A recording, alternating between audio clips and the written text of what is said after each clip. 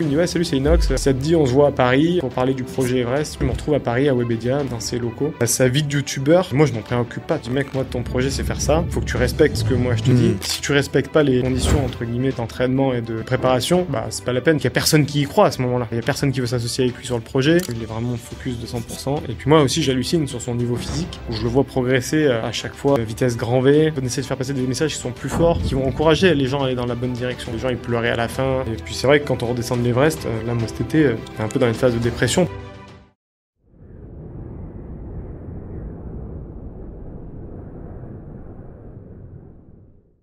J'ai entendu parler de ce gars, Inox Tag, qui veut faire l'Everest, c'est un youtubeur et tout. Est-ce que toi, t'es réticent à ça ou pas? Moi, tu le connaissais ou pas? Moi, je connaissais pas. Je crois que je l'avais vu vite fait une fois dans une vidéo de GMK. C'est le seul mec que je suivais un petit peu sur YouTube, que je regardais de temps en temps. Mais j'avais aucune idée de ce qu'il faisait, tu vois. Et moi, je lui dis non, je suis pas réticent. Enfin, il dit ouais, pourquoi pas, on peut s'appeler, pas de souci, tu vois. Il me dit ah, ok, bah, je vais filer ton numéro, il va t'appeler là. Donc, je raccroche. Là, je vais sur Google, tu vois, je mets Inoxtag sur Google pour voir c'est qui ce gars, tu vois, juste pour avoir une idée. J'ai à peine le temps de faire ça que je vois un numéro qui m'appelle. Je décroche et là, du coup, il me dit ouais, salut, c'est Inox. Ça te dit, on se voit à Paris pour parler du projet Everest. Je peux t'entendre parler et tout.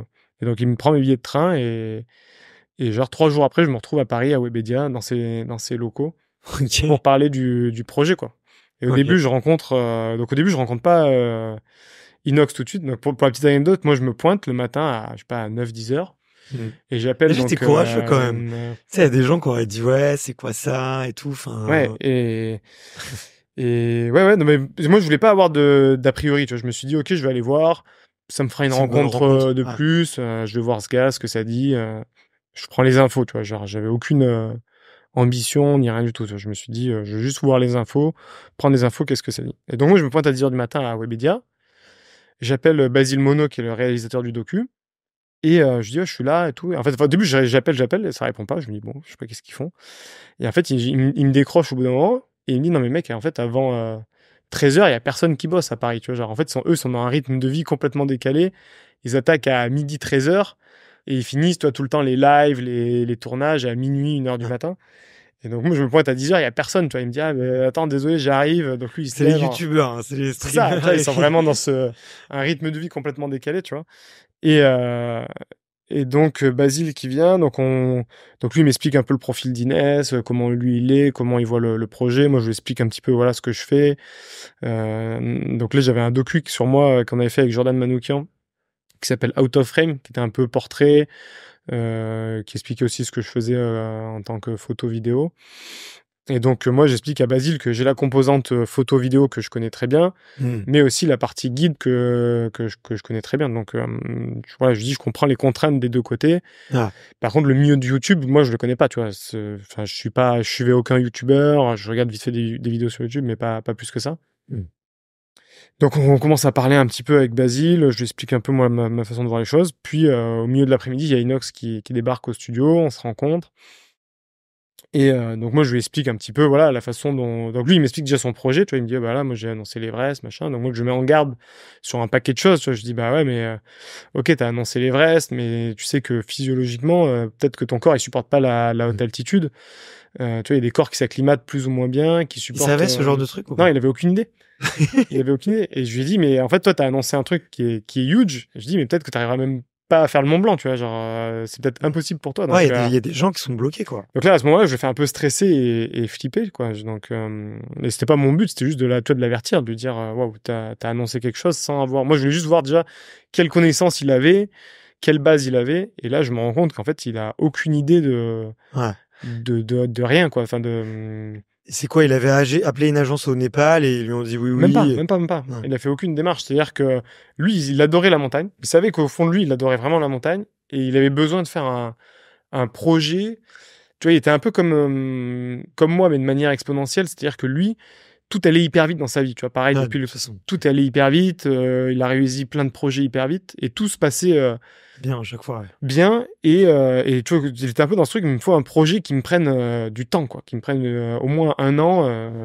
Je vais prendre une plaque. Ouais, c'est ça, tu vois, genre, il me dit, il me faut un vrai défi.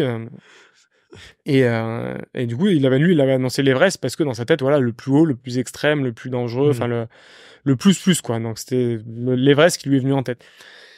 Et donc il a annoncé ça sans trop, en fait, il avait envie de faire ça et il s'est dit, bah, à partir du moment où je l'annonce, j'ai plus le choix, tu vois. C'était un peu ça sa démarche, tu vois, c'est de dire, maintenant que je l'ai dit, bah j'ai pas le choix, il faut que j'assume, tu vois. Donc parce que sinon, je pense qu'il aurait pas pu se mettre, tu vois, l'entraînement comme il fallait, tu vois, genre vraiment de se dédier à 100%. Et t'as un peu une pression une fois que t'as annoncé quelque chose, tu peux plus revenir en arrière, quoi. Ah. Donc au début, donc moi je prends un peu, voilà, je le mets en garde sur certaines choses. Je dis voilà, moi j'essaie de comprendre quelles sont ses motivations. Si c'est juste pour faire le buzz, s'il aime vraiment la montagne, s'il veut faire plus que l'Everest. Et moi tout de suite je lui dis bah voilà, l'Everest, si tu veux faire l'Everest, rien que l'Everest, t'as pas besoin de moi, t'as pas besoin de guide. Je te mets en contact avec une agence au Népal et l'année prochaine tu vas faire ton Everest et tu t'entraînes à Paris pendant 1 an et c'est fini, tu vois. Je dis par contre si ta démarche c'est vraiment de découvrir la montagne, l'alpinisme. Et moi, ce que je te recommanderais de faire, ce serait déjà d'oublier l'Everest, mais de commencer par faire vraiment une partie alpinisme dans les Alpes. Parce que tu vois, on lui avait recommandé d'aller faire des sommets un peu aux 4 coins du monde. Ouais, j'ai vu Kilimanjaro, tout ça. C'est ça, tu vois. Moi, je lui dis, on va pas commencer à cramer la planète pour aller faire des montagnes. On va aller dans les Alpes. Et comme ça, tu viens en train de Paris. Il y a plein de choses à faire dans les Alpes. Et moi, je te fais découvrir plein d'activités, tu vois. Donc voilà, moi je lui dis un premier bloc dans les Alpes, après on fait un bloc en Himalaya, parce qu'on est obligé de s'exporter à un moment donné pour aller à plus de 5000 mètres, vu que le projet quand même c'est d'aller à l'Everest, donc voilà. Et moi je lui présente un peu le projet sous forme de jeu, tu vois, je lui dis bah voilà, le niveau 1 c'est de faire ça, le niveau 2 c'est ça, et à chaque niveau tu débloques, tu vois, des nouvelles compétences, et là tu lui as plu là. Et un nouveau niveau. Donc là on s'est bien entendu,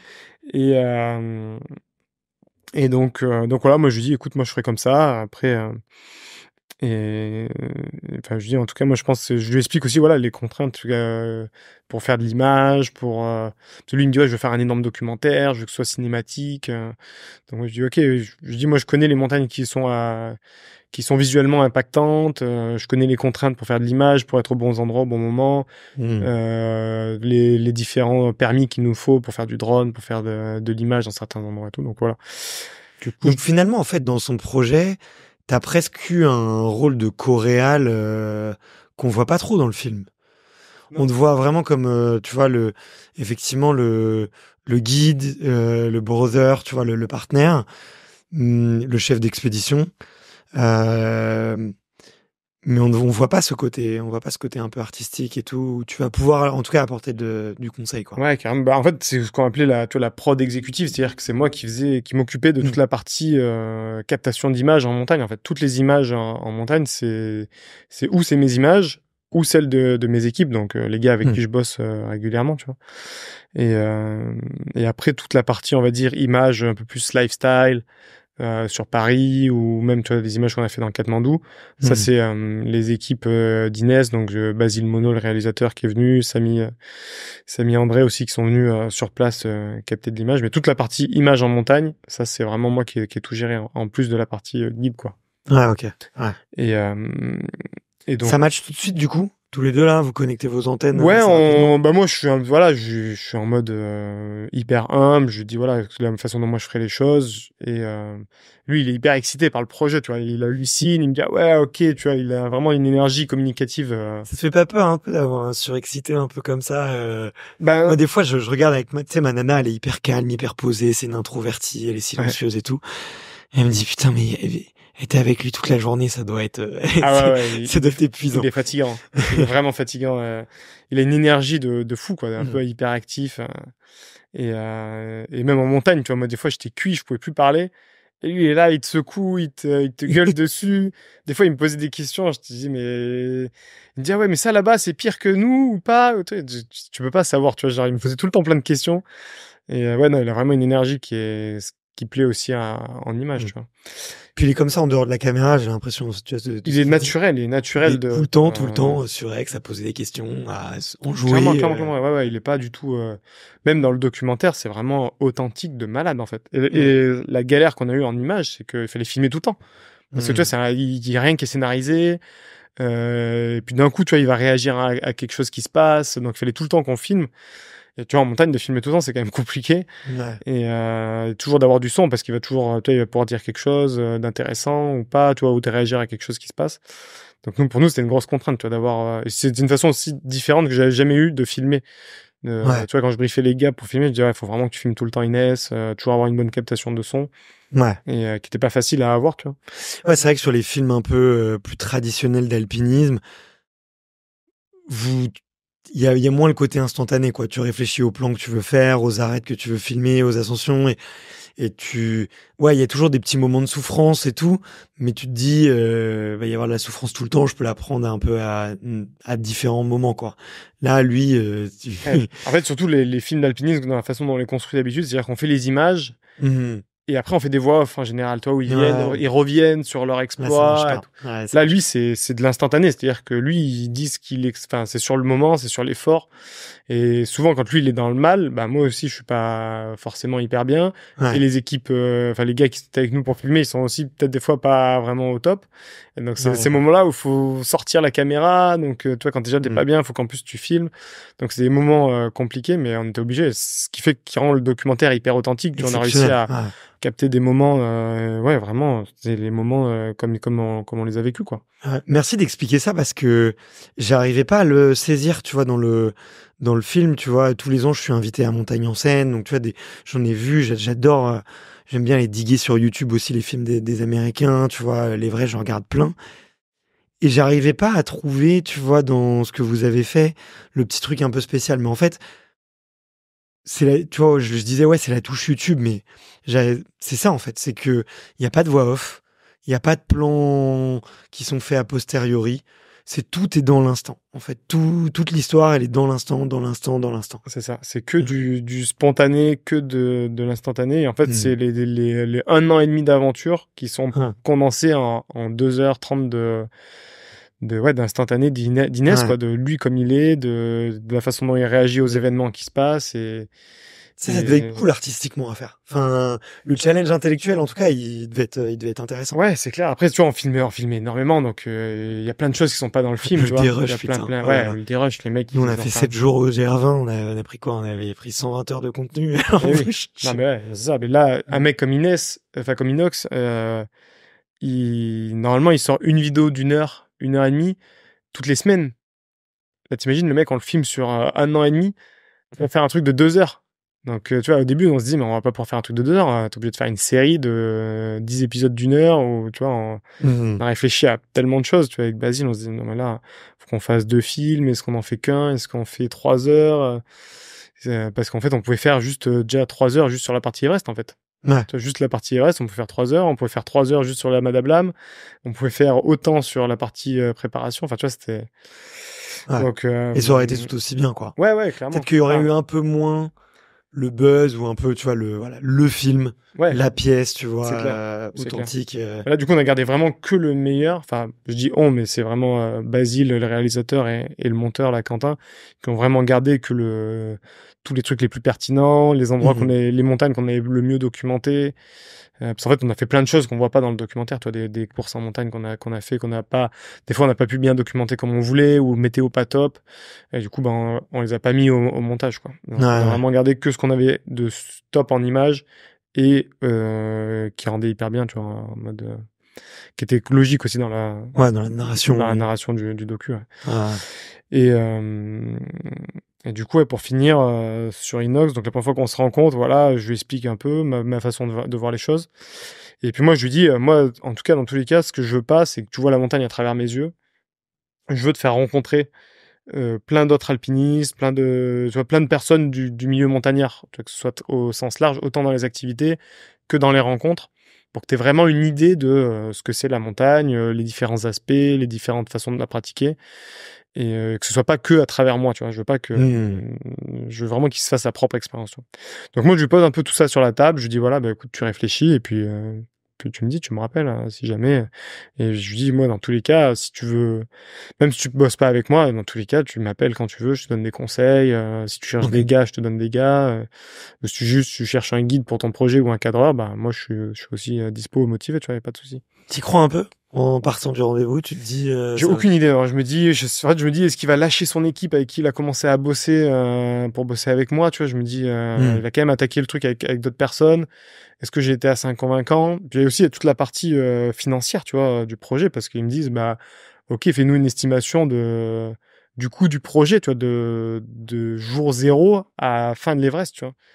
Donc là, combien ça coûte, tu vois, combien ça coûte, combien on va faire de sorties ensemble, où c'est qu'on va aller, combien de personnes il faut pour cadrer. faut que tu Et te poses, faut se poser une bonne semaine pour bien ouais, tout anticiper. faut bien réfléchir. Et Faut appeler du monde, ouais. Et donc voilà, moi je sais pas du tout. Enfin voilà, d'un point de vue business, je dis voilà, je pense que ça coûte à peu près tant. Genre je leur donne une fourchette. C'est une je leur disclose dis- le budget que tu leur dis au début là. Au début, non, c'est pas une disclose. Au début, je leur dis voilà, ça va coûter autour de 450, 600 000 euros, tu vois. 500 000 euros. Avec toutes les étapes. C'est ça, du départ à la fin, quoi. Tu vois, expédition à l'Everest. Et au global, on est resté dans ce budget-là. Ok. Donc, trop bien. Donc, tu vois, et sachant qu'on a fait plus. C'est un vrai taf d'entrepreneur. Putain, ouais. On a fait plus que ce qu'on avait prévu de faire, tu vois. Et pareil, il me dit, bah, dis-moi qu'est-ce que serait En fait, il me dit déjà le budget, combien ça pourrait coûter, et aussi combien de jours il faut, tu vois, combien de semaines d'entraînement. Il me dit, voilà, fais-moi un détail de qu'est-ce que tu penses que pour toi qui est l'idéal pour lui, tu vois. Et il y a quoi un peu dans ce plan-là, dans ce plan d'action? Bah, dans ce plan d'action, moi, je lui avais dit, ok, ce serait une semaine, 10 jours par mois. Ok. En montagne. Ouais. Avec une expédition à l'automne d'un mois. Ok. Et après, je lui avais dit, en fonction de comment se passe l'expédition à l'automne, peut-être... Qui est, du coup, votre premier voyage. Qui est notre premier voyage, où on fait la Madablam. Et après, je lui dis, bah voilà, nous, on va faire... on ferait sûrement peut-être une deuxième expédition au mois de janvier, tu vois, avant l'Everest, suivant comment se passe la première. Et si on voit qu'il y a trop de fatigue à ce moment-là, on fait pas d'expédition au mois de janvier, et après, on fait la partie Everest qui dure 2 mois, avril-mai. Ok. Donc voilà, il y avait on va dire, il y avait une partie optionnelle sur une deuxième expédition de préparation avant l'Everest, mais j'avais peur que ça fasse trop, tu vois, de fatigue cumulée, parce qu'il faut quand même arriver avec de l'énergie pour faire l'Everest, tu vois, faut arriver frais. Ah, frais. Faut arriver avec du poids. Ouais, c'est ça, tu vois, il faut arriver un peu robuste, quoi. C'est même pas tant être préparé physiquement, il faut être prêt à endurer de la souffrance, donc il faut arriver vraiment mentalement fort et robuste physiquement, tu vois. Donc si t'arrives que t'es déjà épuisé, c'est compliqué. Donc voilà, il y avait cette partie-là un peu en option et l'Everest. Donc voilà, c'est moi ce que je lui ai recommandé, quoi. Donc je lui ai dit en gros tous les mois, une semaine, 10 jours, vraiment en montagne et expédition le mois d'automne. Quand tu reviens au mois de novembre, repos, et après au mois de décembre, une semaine, 10 jours jusqu'au départ de l'Everest. Et après départ pour l'Everest, 2 mois, et voilà. Ouais, donc il y a plein de choses qu'on voit pas en fait dans le docu, quoi. Et ouais. Et du coup, en fait, à chaque mois, on faisait, tu vois, on essayait de se donner un objectif pour la semaine, enfin, ou pour les 10 jours qu'on faisait ensemble. Et donc on faisait, à chaque fois on se donnait un objectif sur la semaine. Tu vois, ça pouvait être un sommet, ça pouvait être une course. Et à chaque fois, on mettait en place les entraînements différents par rapport à la fois d'avant. Tu vois, on reprenait un peu les acquis les premiers jours. On faisait un premier bloc d'entraînement, un jour de repos, et boum, on faisait la grosse sortie, tu vois. Ça a dû vachement le rassurer. Enfin, je trouve que tu as eu une grosse compétence, tu vois, pour décortiquer le plan. Je pense, tu vois, tout le monde n'est pas capable de faire ça, tu vois, d'anticiper. Je te disais avant de commencer, enfin, tu récupères avec tout le respect que j'ai pour toi, Inès, hein, mais tu récupères un touriste, tu vois. Clairement. Mais même lui, il le dit. Il le dit, tu vois, il le dit dans la vidéo. Et moi, je vois sa condition physique. Tu vois, moi, j'ai fait sport études tennis. Je fais 1h30 de sport par jour. Je vois le début du film. Même, enfin, tu vois, du coup, quand il a annoncé le truc, j'ai commencé à regarder un peu ses vidéos et tout. Je me dis, mais il est pas sérieux. Il a cru, je me suis dit, ouais, il a cru que c'était facile, en fait, tu vois. Et je pense que ça a dû vachement, enfin, tu me diras, toi, ce qui lui a plu, ce qui fait que ça a matché, mais moi, je me mets à sa place, je me dis, putain, j'ai un mec, là, il me fait tout le plan d'action, il a l'air assez serein, t'as gamifié le truc comme tu le disais un peu. Il a dû dire, ok, là, je suis dans de bonnes mains, en fait. Tu vois, même si tu l'as pas fait et tu sais pas ce que c'est, tu vois vraiment toute l'ascension, comment elle peut te réaliser. Est-ce que ça veut dire que toi, tu l'avais déjà un peu en tête prévu pour toi? Non, même pas du tout. Non. Pas du tout. En fait, moi, je m'étais dit, OK, s'il veut aller à l'Everest en partant de 0, c'est dans l'idéal, c'est ces étapes-là qu'il faudrait faire, tu vois? En fait, je m'étais mis Comme un t'avais déjà plan. eu des clients un peu comme ça, peut-être un peu, et ça t'a aidé, non? Peut-être, ouais. Ouais, un petit peu, bah oui, Mm. on le fait à plus petites échelles, tu vois. Des fois, tu le fais pour un Mont Blanc à la semaine.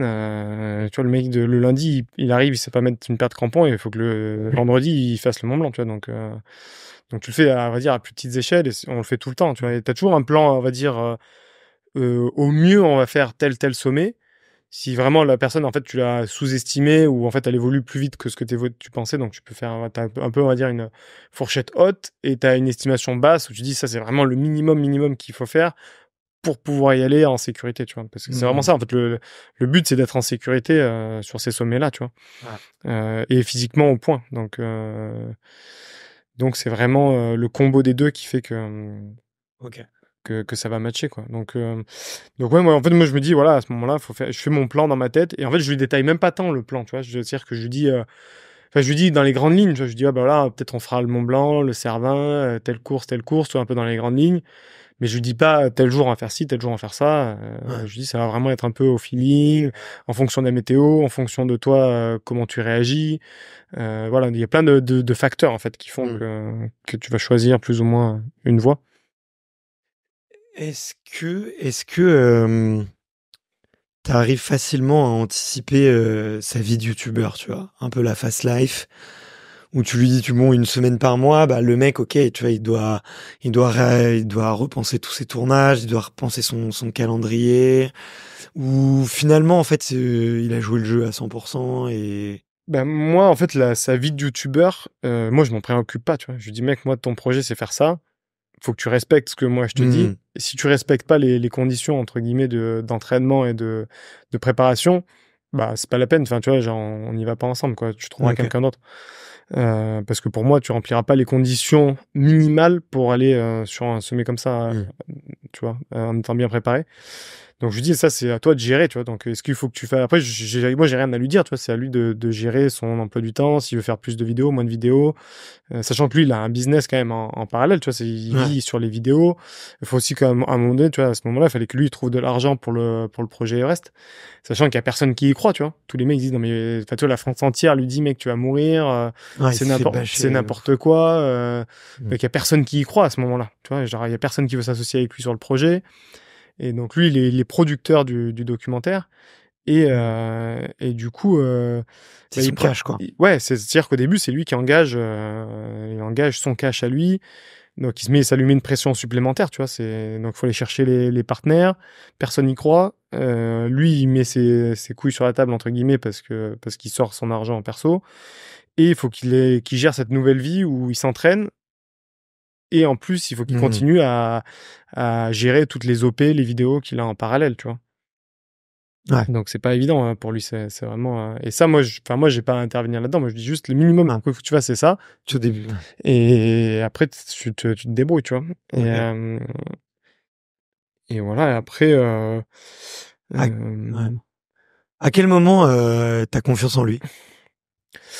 Alors, donc déjà, juste pour revenir sur le déroulé, tu vois. Après, donc il me rappelle, il me dit ok, c'est bon, on fait ensemble. En mode, il me dit ok, c'est good pour moi.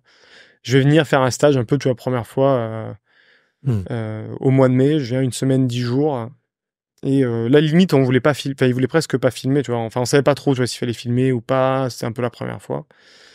Et donc, c'est pour matcher, quoi. C'était pour matcher, puis voir aussi. Date. En fait, il y avait deux choses, c'est qu'il y avait. Un date de grand-père. Il y avait, ouais, c'était clairement ça. Il y avait le côté, on va dire, un peu business et guide sur le projet, mais aussi il fallait que ça matche avec lui, tu vois, parce que on savait qu'on allait potentiellement passer beaucoup de temps ensemble, tu vois.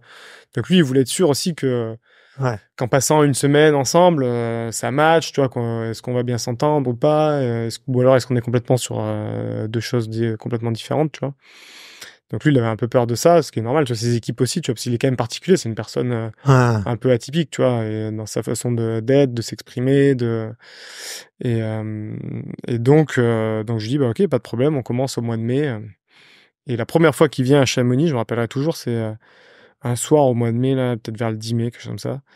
Il débarque, il pleut, il faisait nuit, Et je dis, ah, ok, bah, on va manger. Donc, je l'avais installé dans un hôtel à Chamonix. Puis, je lui dis, bah, ok, on va manger un petit bout dehors en ville. Et en fait, là, déjà, entre l'hôtel et le restaurant, on se fait arrêter au moins 3 ou 4 fois et les mecs, ils le reconnaissent, tu vois. Alors qu'il faisait nuit au mois de mai, tu vois. Au mois de mai, c'est un peu la période entre deux, entre l'hiver et l'été. Il n'y a pas grand monde.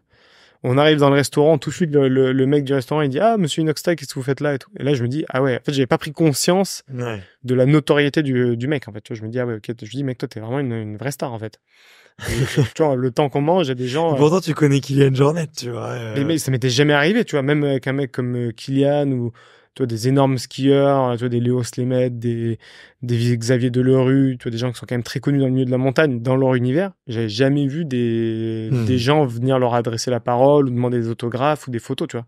Ou peut-être une fois ou deux, mais hyper rarement, tu vois. Ouais. Et là, on est le soir, il fait nuit, les gens ils le reconnaissent direct. On mange à table presque, les gens ils venaient faire des autographes alors qu'on était en train de manger. En fait, les gens après ils nous attendaient dehors le temps qu'on finisse de manger. Et là, je me suis dit, ah ouais, ok, le gars, il est vraiment connu, quoi. Ça te fait pas flipper, ça? Bah là, au début, ouais, si, ça me fait flipper un peu. Enfin, en fait, je me dis, au début, ça me fait pas flipper, ça me fait un peu marrer, tu vois. Et ouais, tu comprends vite que c'est relou, quand même. Et ouais, en fait, je comprends que c'est relou pour lui. Enfin, surtout pour lui, parce qu'en fait, t'es tout le temps regardé, t'es tout le temps épié de tout ce que tu fais. Et après, tu peux pas leur en vouloir non plus parce que tous les personnes qu'on croisait, ils étaient hyper bienveillants, tu vois. C'était donner de la force de fou en mode, ah, tu t'entraînes pour l'Everest, ah, courage, tu vas le faire, tu vas bien, tu vois. Donc, t'as cette émulation aussi qui fait que ça donne de la force, tu vois. Vraiment, la communauté de malades. Tous les mecs sont engagés de fou sur le projet, ils nous donnaient de la force H24. Mais par contre, t'as ce truc où, bah, c'est quand même un peu pesant, tu vois. T'arrives, t'es fatigué. Les gars, tu vois, faut leur faire des photos, faut être souriant, faut être bienveillant auprès d'eux. Et tu vois, parce que eux, c'est le seul moment qu'ils vont avoir, le seul contact qu'ils vont avoir avec Inox ou avec moi. Et c'est le moment qu'ils vont retenir toute leur vie, tu vois. Et si toi t'es là, que t'es fatigué, que t'as pas envie, que t'en as marre, bah faut quand même, tu vois, faut être bienveillant vis-à-vis d'eux parce que sinon eux ils vont dire ouais, mais c'est un connard, ouais il a pas voulu faire de photos, il a pas voulu faire ci, donc c'est quand même un petit peu pesant, mais en même temps ça donne de la force et du courage et d'un autre côté on se dit on a la volonté de bien faire les choses. Et moi au début c'est ce qui m'a vraiment motivé de bosser sur le projet quand il m'a validé. Parce qu'en fait quand il m'a validé le projet, qu'il m'a dit ok je suis chaud qu'on fasse quelque chose ensemble, moi je me suis dit attends mais est-ce que moi j'ai envie de de faire ça avec lui parce que je voyais les critiques dans le milieu de l'alpinisme. Je me disais ouais attends mais avec l'influence qu'il a qu'est-ce qui va se passer pour moi. Sachant que de base, moi, j'étais censé être le mec de l'ombre, tu vois. Genre, je devais pas du tout apparaître à l'image, tu vois. Je vais ça s'est vite su, en fait. Ouais. Je le filmais et après, voilà. C'est l'histoire qu'on a créée tous les deux et notre relation fait qu'on a été mis en avant tous les deux sur le documentaire. Mais de base, moi, je pensais que ça allait être vraiment que lui, tu vois, comme dans la plupart de ses vidéos, c'était vraiment centré sur lui. Ouais. À la limite, on allait me voir un petit peu, mais voilà, que je serais pas non plus un acteur principal du docu. Et en fait, moi, quand je vois au début la notoriété qu'il a vis-à-vis des jeunes, enfin l'influence qu'il a vis-à-vis des jeunes, je me dis, ce jeune-là, je peux pas le laisser partir avec n'importe qui, tu vois. Je me dis, pour la montagne, pour les valeurs qu'il peut transmettre, pour tous ces jeunes-là, j'ai pas envie qu'ils partent avec n'importe qui fassent n'importe quoi, tu vois. Donc, en fait, au début, c'est plus vis-à-vis de l'influence qu'il a que de lui, tu vois, parce que lui, moi, je le connais pas, en fait. Au final, tu vois, je l'ai vu une fois, une demi-journée. Il a l'air cool, mais tu vois ce que je veux dire, je suis pas fan de lui, je peux jamais trop regarder ses vidéos. Par contre, je vois l'influence qu'il peut avoir sur les jeunes. Et je me dis, ouais, ce gars-là, on est obligé de faire quelque chose de bien avec ce gars-là parce que on est obligé de le mettre dans la bonne voie. Il marche sur une crête. Ouais. Il peut tomber d'un côté. C'est ça, tu vois. Je me dis, pour la montagne et pour tous les jeunes, on est obligé de. Enfin, en tout cas, je me suis senti genre un peu redevable de dire, ok, faut que je lui enseigne les bonnes valeurs et que je lui montre les bonnes choses pour que derrière, il puisse transmettre à toute cette communauté, tu vois. Donc, c'est vraiment ça qui m'a motivé, on va dire, au début. Ok. Et donc après, bah voilà, et quand il débarque à Chamonix, ce premier soir où moi je prends un peu une claque, où je vois l'influence qu'il a, que tout le monde le reconnaît. Et en fait, il a cette proximité avec sa communauté, tu vois, le fait de faire tout le temps des lives, de parler, de répondre à sa communauté. En fait, les gens, ils le connaissent. Les gens, ils le connaissent, et puis ils ont l'impression que c'est leur pote, tu vois, c'est leur pote. Donc il s'adresse à lui comme s'il le connaissait, comme si c'était un pote de leur, tu vois, de leur entourage proche, quoi. Ouais. Donc c'est marrant parce que tu vois par rapport à d'autres stars, des fois il peut y avoir un peu une distance ou quand tu croises une star hyper connue, tu vas pas avoir envie d'aller le déranger forcément, tu vois, tu le reconnais, tu dis ah salut mais là lui c'est vraiment tous les jeunes, ils viennent hyper naturellement vers lui, voilà le donner de la force. Donc ça c'était assez fou. Mais je te pose la question parce que du coup il arrive à Chamonix. Qu'est-ce qu'en disent les anciens, les montagnards, tu vois? Moi j'ai du coup ma famille, tu vois, j'ai de la famille à Bourg-Saint-Maurice. Je te disais, j'ai beaucoup de familles qui a grimpé. C'est un milieu un peu de puristes qui ont envie de protéger leur montagne, tu vois. C'est pas toujours très bien vu de effectivement de débarquer de la capitale. Là, tu vois, c'est un peu c'est YouTube, donc c'est le Parisien à son paroxysme un peu, tu vois, un peu le showbiz. C'est le petit jeune qui connaît pas qui vient pas du tout de ce milieu-là. Qu'est-ce qu'on dit sur toi? Tu sais un peu ce qu'on dit dans ton dos ou quoi? Pour que les gens qui sachent pas quand même, pour savoir à quel niveau c'est que le maire de Chamonix, par exemple, a interdit à ce qu'on prenne des vidéos en haut du Mont Blanc parce qu'il veut que ça reste. Dis-moi si je dis des conneries, hein, mais je crois que c'est devenu hyper légalisé. Enfin, il milite, tu vois, pour qu'il y ait plus de vidéos, pour que ça soit réglementé et tout. Donc il y a un côté très protecteur, quoi, très protecteur, qui est bienveillant aussi, tu vois. Mais c'est vrai que là, pour toi, ça a dû être spécial à gérer. Ouais, alors moi, il y a vraiment eu, j'ai l'impression qu'il y a eu un peu deux rounds, c'est-à-dire que l'annonce de son projet, où là tout le milieu montagnard s'est un peu indigné, ouais, Everest, youtubeur, c'est que pour du buzz, c'est n'importe quoi, machin. Parce que vous savez qu'il peut y arriver, en fait. S'il fait les choses sérieusement, vous savez très bien qu'il peut y arriver. Clairement. Ouais. Il peut y arriver, mais du coup, tu vois, l'Everest, déjà, c'est pas très bien vu dans le milieu de l'alpinisme, pour toutes les raisons, tu vois, écologiques, sur tourisme, exploitation des Sherpas, oxygène, corde fixe. Enfin, voilà, c'est pas la même chose, c'est pas le même alpinisme qu'on pratique dans les Alpes. Donc, c'est assez mal vu. Et puis, il y a cette dimension aussi que ça coûte beaucoup d'argent. Donc, réservé à une élite. Donc, il y a énormément de jalousie, en fait, là-dedans, tu vois, de personnes qui rêveraient d'aller faire l'Everest, mais qui n'auront peut-être jamais les moyens ou qui pourront jamais y aller. Et moi-même, j'aurais jamais pu y aller si j'étais pas guide et que j'aurais pas eu ce projet avec Inox, tu vois, potentiellement, j'y serais jamais allé. Et le deuxième round, c'est le moment où les gens, ils voient qu'on s'entraîne ensemble avec Inox. Où moi, j'ai quand même, il y a beaucoup de personnes, tu vois, qui me respectent pour ce que je fais et tout. Et là, ils se disent, ok, là, c'est intéressant, tu vois. Et donc là, il y a eu un moment où, un peu un silence, tu vois, où plus personne ne critique et tout le monde dit, ok, qu'est-ce qui va se passer, tu vois, genre Inox Tag, Mathis Dumas. Ça devient sérieux, en fait. Ça devient sérieux, sachant que moi, je fais intervenir des personnes du milieu de la montagne. Donc, tu vois, des Léos Lemet, des Tom Lafaille, on rencontre des Vivian Bruchet, des Zébulon Roche, des David Gottler, enfin, tu vois, plein de personnes qui sont hyper respectées dans le milieu de l'alpinisme, qui viennent rencontrer, qui viennent rencontrer Inox et avec qui ça se passe super bien, tu vois, qui sont hyper, pareil, un peu sceptiques de premier abord, et puis en fait, quand ils le rencontrent, ça se passe hyper bien, ils en disent du bien de ce jeune homme qui va en montagne. Et du coup, là, il y a un peu une deuxième phase où les gens, ils disent, bon, on sait pas trop où ça va aller. Ça a l'air d'être dans une bonne voie, mais... C'est ce qu'il fait, Mathis. Tu vois, ouais, voilà, en mode, on attend de voir, tu vois, on attend de voir. Donc là, j'entends, ça parle beaucoup quand même, parce que les gens, ils disent, ouais, c'est un peu n'importe quoi, Everest, machin. Mais en tout cas, moi, il y a personne qui m'a rien trop dit. Les gens, ils se questionnaient en fait. Ça questionnait énormément les gens, tu vois. Qu'est-ce qu'on faisait, pourquoi on le faisait, quelles sont ses vraies motivations. Toi, même me posais tout le temps la question, est-ce qu'il est vraiment cool, qu'est-ce qu'il veut faire, pourquoi il le fait. Enfin, tu vois, ça posait en fait beaucoup de questions, plus que des critiques, tu vois, au final.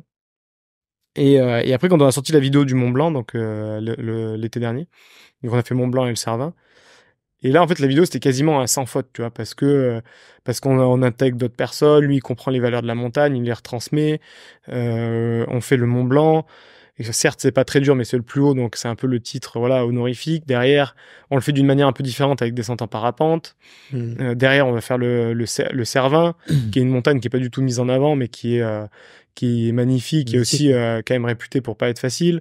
Donc, tu vois, on fait un peu cette stratégie où je dis, ouais, on fait le Mont Blanc, mais aussi on va faire une autre montagne, et comme ça les gens ils vont découvrir une autre montagne qui est moins connue parce que c'est pas la plus haute, mais qui est quand même emblématique Et on l'a fait pour une autre raison, c'est parce qu'elle est hyper esthétique, tu vois. Ce Cervin qui est un peu tout seul, là, une pyramide, c'est magnifique, tu vois. Et en fait, c'est un peu la même stratégie qu'on a fait à l'Everest, c'est-à-dire qu'on a fait et la Madablam, qui est pas la plus connue, mais qui est hyper belle, hyper esthétique, qui fait 6800 mètres d'altitude. Et on fait l'Everest, qui est là, pour le coup, c'est plus pour le titre honorifique, en mode, c'est la plus haute.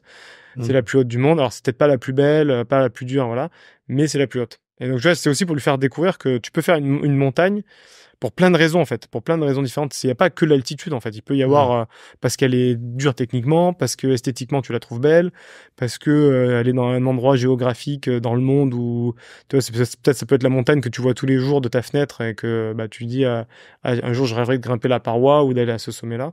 Donc, il y a plein de raisons, en fait, tu vois, et on s'attarde trop souvent je trouve sur les chiffres, quoi, tu vois, sur l'altitude, et nous on fait que de le répéter à nos clients sans arrêt. On dit arrêtez de regarder le Mont Blanc parce que c'est le plus haut, tu vois. Je dis à côté du Mont Blanc il y a plein de sommets qui seraient peut-être plus adaptés à vous. Vous aurez une meilleure expérience, qui peuvent, et que vous pouvez le faire pour plein d'autres raisons, tu vois, parce que la course elle est plus esthétique, parce que peut-être c'est plus adapté à ton niveau. Mais le problème aujourd'hui de notre société, c'est qu'on veut toujours un peu avoir ce titre. Tu vois, je voyais des fois des clients parisiens, ils me disent non, mais si je vais faire, j'en sais rien, l'aiguille verte, je vais aller à Paris au bureau, les mecs ils en ont rien à péter, quoi. Enfin, ils s'en foutent du sommet que j'ai fait, quoi. Et donc ils ont ce truc où ils veulent toujours faire le sommet un peu qui est reconnu, quoi. Donc, et donc souvent statut, quoi. Un peu pour un statut. Donc souvent moi je trouve alors tu fais ton sommet un peu statut, tu vois, par exemple le Mont Blanc, et derrière moi je les incite vraiment à aller faire d'autres sommets, tu vois. Une fois que tu as fait ce sommet un peu qui te donne un titre ou un accomplissement, derrière si tu aimes vraiment la montagne, il y a plein d'autres sommets hyper accessibles, hyper beaux, où tu vas avoir une meilleure expérience que le Mont Blanc, parce qu'il y a du monde, parce que c'est dur aussi, parce qu'il y a l'altitude. Donc tu peux faire plein d'autres choses en fait qui sont magnifiques. Ok. Et donc ouais, du coup il y a ce moment un peu de ce deuxième round, et quand on sort la vidéo, au final quasiment pas de critique, tout le monde est hyper agréablement surpris par la qualité de production déjà de la vidéo du Mont Blanc, par les valeurs qu'on transmet, et de mettre en avant, voilà, le Mont Blanc en parapente, qui est quelque chose qui est pas courant, et le Cervin, que personne trop avait fait de vidéo sur le Cervin. Donc tout le monde est un peu surpris, agréablement surpris, et là ils se disent ok, bon, on va voir qu'est-ce que ça va donner dans le futur, tu vois. Ouais. Tu l'as aidé un peu à gagner une crédibilité, en fait, j'ai l'impression. Complètement. À partir du moment où les gens ils ont vu que c'était associé avec moi, et à partir du moment où on a sorti la vidéo du Mont Blanc, ça a débloqué les partenaires, tu vois, pour financer son projet. Ah ouais? Mais avant, il y avait rien? Bah, quasiment rien, parce que il y avait que AirUp qui s'était engagé avec lui dès le début. Mais les partenaires, tu vois, ils étaient hyper frileux. Là, ils voyaient la vidéo du Mont Blanc qui marche bien, qui voyaient que c'est sérieux, tu vois, que la préparation, elle se passe quand même bien. Tu vois, ils valident quand même 2 sommets sérieux dans les Alpes. Pas le parapente, mais, mais tout le reste, ouais. Tu sais, franchement, même à sa place, t'as pas les sponsors. Je pense que ça, je l'aurais pas montré, tu vois, pour pas faire peur. Tu vois, ça a été courageux de sa part, tu vois. Je me suis dit, moi, en voyant ça, je me suis dit, ouais, ok, c'est bon, il a tout bouclé, parce que il est serein, en fait, tu vois, de montrer. Après, ça, on sait que ça a rien à voir, hein, entre toi et moi. On sait que il y a absolument rien, il y a aucune connexion entre ton mal, le mal de l'air que tu peux avoir dans un parapente et l'altitude, mais tu vois, des gens non initiés, ils peuvent tiquer là-dessus, quoi. Ouais, clairement. C'est vrai que tu te dis, le Mont Blanc, c'était déjà, tu vois, à ce moment-là, dans sa préparation, c'était déjà une épreuve compliquée et dure, combinée avec du parapente. Bon, ben voilà, mais ça a été comme ça tout le long, en fait. Tu vois, genre, il s'est surpassé là. Tac, après, on a pris quelques jours de repos, on fait le Cervin. Tu vois, il a une capacité mentale. Et moi, en fait, à ce moment-là, il me surprend énormément. Déjà, toute la partie été, sur sa capacité physique et mentale à, tu vois, à se surpasser, à se dépasser, tu vois, à repousser ses limites, et physiquement et techniquement, il apprend hyper vite. C'est-à-dire qu'il intègre tout ce que je lui dis. Je lui dis une fois, c'est intégré, il a compris tout de suite, tu vois. Donc pour moi, c'est un pur bonheur de travailler avec lui, parce que je lui montre un nœud, je lui explique une technique, je lui dis, ouais, on va faire ça parce que ça, et lui, tout de suite, hop, c'est acquis, c'est compris. Et quand il revient un mois après, il s'en rappelle, tu vois, il a intégré, quoi. Donc ça, c'est vraiment top. Et moi, l'une des premières choses que je lui avais dit quand on va en montagne, je lui ai dit, bah, tu déconnectes ton téléphone. Là. Je lui ai dit, ouais, ton téléphone, je dis, quand t'es sur une arête, que t'es en montagne, je veux pas que t'aies ton téléphone dans la poche qui sonne, qui vibre. Toi, tu vas penser, en fait, tu vas déconnecter du moment, tu vas penser te dire, ah merde, j'ai un tournage, ou j'ai un mail, ou j'ai un mec qui m'appelle, j'ai oublié. Et en fait, ça te sort du moment présent. Donc, je lui ai dit, le téléphone, on oublie quand on est en montagne, on est concentré sur ce qu'on fait. Et donc, et ça, par exemple, tu vois, lui, il l'a appliqué à fond, quoi. C'est-à-dire qu'après, il prenait plus son téléphone. Bon, il le prenait pour la sécurité, tu vois, si jamais il se passait quelque chose, mais en tout cas, il le mettait en mode avion. On donnait des nouvelles, tu vois, à ses parents, à nos proches, en disant, ouais, tout va bien, on est au sommet, hop, tout va bien, on est au refuge. Et, mais il a vraiment ce truc de déconnexion, et il me dit, mec, ça me fait un bien de malade, tu vois. Genre, lui, vraiment, il ressent cette déconnexion, ce bien-être qu'il a de sortir un peu de ses réseaux, de cette vie à 2000 à l'heure. Et aussi, du fait qu'il se concentre à 100% sur le moment présent et sur ce qu'on fait en montagne, tu vois. Ok. Tu connais le iPhone Effect? Non. Tu mets des gens, tu fais 2 expériences, tu prends une personne, tu lui demandes de poser son téléphone sur la table, éteint. Il est éteint, il est juste visible. Tu lui fais faire un test de QI. Le lendemain ou juste après, en fait, tu retires le téléphone de la table. Tu lui fais faire un autre test de QI, mais exactement du même niveau. En moyenne, les gens sont 20% plus intelligents quand il n'y a pas le téléphone sur la table. C'est-à-dire que même si tu le vois et que sa présence, elle est là, ça te fait perdre vraiment du quotient intellectuel, quoi. Ouais, une capacité. Et c'est un truc de ouf. Et du coup, ça a été montré sur plein d'autres trucs, sur l'empathie des gens, sur, tu vois, genre, tu vas prendre un café en 20 minutes, une expérience où il y a une centaine de personnes, on leur fait faire des cafés, tu vois, en normal, de 20 minutes. Des fois avec le téléphone sur la table, des fois sans. Et à la fin, tu leur fais un petit questionnaire de satisfaction. Ils doivent mettre une note d'empathie et de connexion avec l'autre. Et en gros, je crois que la stat, c'est genre, les gens, ils ont trouvé les conversations 30% moins intéressantes, tu vois. Ok, ah ouais. Tu vois, c'est un truc de ouf. C'est un truc de ouf à quel point t'as bien fait. Enfin, franchement, t'as bien fait de dire ça parce que ça joue à tous les niveaux, quoi. De pas le voir, de couper. Surtout pour donc moi surtout lui, quoi. Ouais, surtout pour lui qui est ultra connecté, tu vois, il avait plein de trucs à gérer. Plus tu vois, il a toutes ses équipes à gérer, il a plein de tournages en cours et tout, donc pour lui des fois c'était pas facile aussi parce que tu vois il y a quand même des enjeux financiers et des gros projets en parallèle à gérer. Et puis vous avez du coup mieux connecté, quoi. Bien connecté, focus film, focus apprentissage, clairement, focus montagne, quoi. Clairement, lui il est vraiment focus de 100%. Et puis moi aussi j'hallucine sur son niveau physique où je le vois progresser, tu vois, à chaque fois de la vitesse grand V. En parallèle, il s'entraînait avec Idriss à Paris, son coach sportif. Et donc moi c'était plutôt sur la partie technique et voilà de faire des choses un peu plus longues en montagne, donc moi sur vraiment l'aspect physique pur. Ah, bien sûr. Et mais par contre je vois, tu vois, ce jeune qui a passé sa vie à faire des jeux vidéo, quoi. Enfin tu vois, il a jamais vraiment fait de sport plus que ça de manière sérieuse. Il a passé ses 10 dernières années à être connecté à un écran, à jouer aux jeux vidéo H24. Et je vois quand même, tu vois, il a des capacités physiques qui sont quand même je dirais un peu hors norme parce qu'il est quand même doué dans le sport, tu vois, parce qu'il arrive il a réussi à évoluer hyper vite et aussi sans se blesser, tu vois, parce que c'est ça qui est important, c'est que tu peux avoir un gros niveau physique qui arrive très vite ou avoir un gros niveau d'entraînement, mais si tu t'entraînes aussi fort et aussi rapidement comme lui l'a fait, souvent les mecs ils peuvent se blesser, tu vois, c'est ça un peu le danger. Moi ce que j'avais peur avec lui, c'est ce qui se blesse, parce que si tu te blesses, tu perds 2-3 mois, tu vois, sur un an c'est énorme, hein. Pareil, avant de partir à l'Everest, tu vois, j'avais vraiment peur, fallait vraiment qu'on dose, tu vois, on a fait du ski de rando et tout, je voulais vraiment pas qu'il se blesse parce que, tu vois, en ski, c'est vite fait, tu tombes, ou si toi, t'es un peu... Tu fais vite les croisés ou des grosses blessures. C'est fin du projet, quoi. Parce que pour les gens qui sont peut-être un tout petit peu moins initiés, dans l'année, t'as quoi? Moi, de mémoire, on m'a dit, t'as 45 jours où tu peux grimper l'Everest. La fenêtre, elle est même plus petite maintenant. Non, mais c'est même pas, t'as 3 jours. Dans l'année. Ouais, non, mais je veux dire... Non, vraiment. 3 jours le sommet, ouais. Le sommet, il y a des années, il y a 1 jour. Ouais. Alors, il y a la fenêtre potentielle. C'est-à-dire, tu vois, par rapport à la période de l'année, après, t'arrives là-bas. Et une fois que vous êtes là-bas, bah, ça dépend de la météo. Et là, t'es entre 1 et 5 jours, quoi. Grosso modo, c'est ce qu'on te dit. C'est ça. En gros, la fenêtre potentielle, c'est le mois de mai. C'est le mois de mai. Ok, donc 30 jours. Okay. Globalement, c'est le mois de mai. Ça, en général, c'est entre le 5 et le 25 mai. Ok. globalement. Chaque Je pensais année, que c'était un tout petit peu plus grand, mais chaque année, c'est plus ou moins sur ces dates-là. Sachant qu'on avait regardé la stat le jour où le sommet de l'Everest il a été le plus fait dans toute l'histoire de l'alpinisme. Je crois que c'est le 23 mai. ok. 23 mai, si tu prends tous les ascensionnistes, t'as tous les summiteurs de l'Everest. Le 23 mai, c'est la journée où dans l'histoire il y a eu le plus de mecs au sommet. Tu vois, tous les 23 mai de chaque année. Vous l'avez fait quand? Nous, on a fait le 21.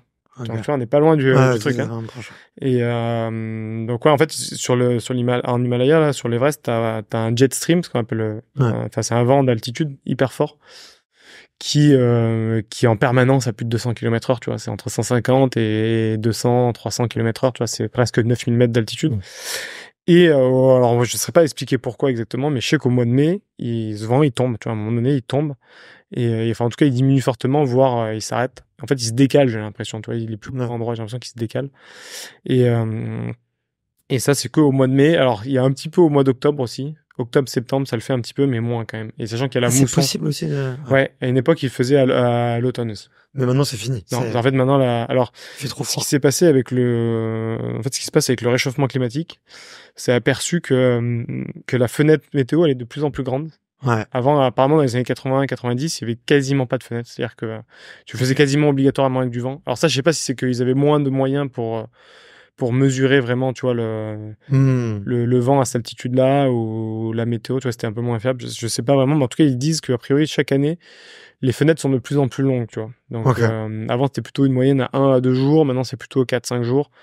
Donc, en fait, la fenêtre s'agrandit. Et par contre, à l'automne, c'est quasiment impossible maintenant parce que la mousson, elle est de plus en plus tardive. C'est-à-dire qu'avant, la mousson, elle s'arrêtait début mi-septembre. Maintenant, des fois, on a la mousson jusqu'à mi-octobre. Et en fait, ça fait d'énormes énormes précipitations de neige. Et en fait, sur des pentes comme l'Everest, ça fait qu'il y a des énormes avalanches. Donc, c'est hyper compliqué. Donc, plus personne s'y risque vraiment à l'automne. Ok. Il y a quoi, du coup, sur les camps du mois de juin où tout le monde... Enfin, je sais pas à quel moment vous redescendez, combien de temps ça prend et tout, mais on va dire du mois de juillet jusqu'au mois de février. Il se passe quoi là-bas? Il se passe rien. Il se passe rien du tout. En fait, l'automne. Il laisse les tentes, Non, il démonte tout, en fait. Il démonte tout est démonté. Tout est enlevé. Ce qui reste, c'est, de temps en temps, c'est les déchets, du coup. Et ils essayent de, au plus. Non, les déchets, maintenant, honnêtement, le camp de base, c'était clean. Tu vois, c'est vraiment clean. C'est au camp de base, c'est plus en haut que c'est plus compliqué, non? Ouais, sur les camps d'altitude, c'est plus compliqué au niveau des déchets. Mais tu vois, le camp de base, moi, j'ai halluciné, tu trouvais même pas, tu vois, il y avait même pas un petit bout de plastique qui traîne par terre, tu vois, genre, en fait, le Népal, ils ont compris, là, depuis 4-5 ans, que le camp de base, c'est regardé par le monde entier, tu vois. Et eux, c'est mine de rien, c'est leur principale manne financière, tu vois. C'est, quand t'es en restaurant, on te dit ta cuisine elle est dégueulasse, le lendemain, tu la nettoies en général. Du coup, là, c'est un peu ce qu'ils ont fait. Le problème, c'est qu'un pays comme le Népal, c'est un des pays les plus pauvres du monde. Et déjà, nous, en France, on sait pas quoi faire de nos déchets. Alors, eux, ils savent pas quoi en faire des déchets. Ils savent pas s'il faut les brûler, les enterrer, les envoyer dans d'autres pays. Donc en fait, les mecs ils ont aucune idée de qu'est-ce qu'il faut faire des déchets. Et c'est aussi pour ça qu'il y a énormément de déchets qui sont restés sur place. Et en fait, là, moi, ça me faisait rire parce qu'il y a beaucoup d'expéditions qui sont revendiquées nettoyer le camp de base, nettoyer les camps. Mais en fait, ils ont descendu les déchets, ils les ont enlevés du camp de base, ils les ont emmenés à Katmandou ou à Lukla. Et ils sont dans un ravin ou sur un terrain vague. En fait, les mecs là-bas, ils savent pas quoi en faire des déchets, tu vois. Et tu peux pas les ramener vraiment en France. Le problème, il est plus profond que ça, ouais. Et ouais, en fait, alors oui, ils ont nettoyé le camp de base, mais ils ont pollué un autre endroit du Népal, tu vois. Alors, ouais, c'est des vallées où il y a moins de monde, il y a moins de touristes.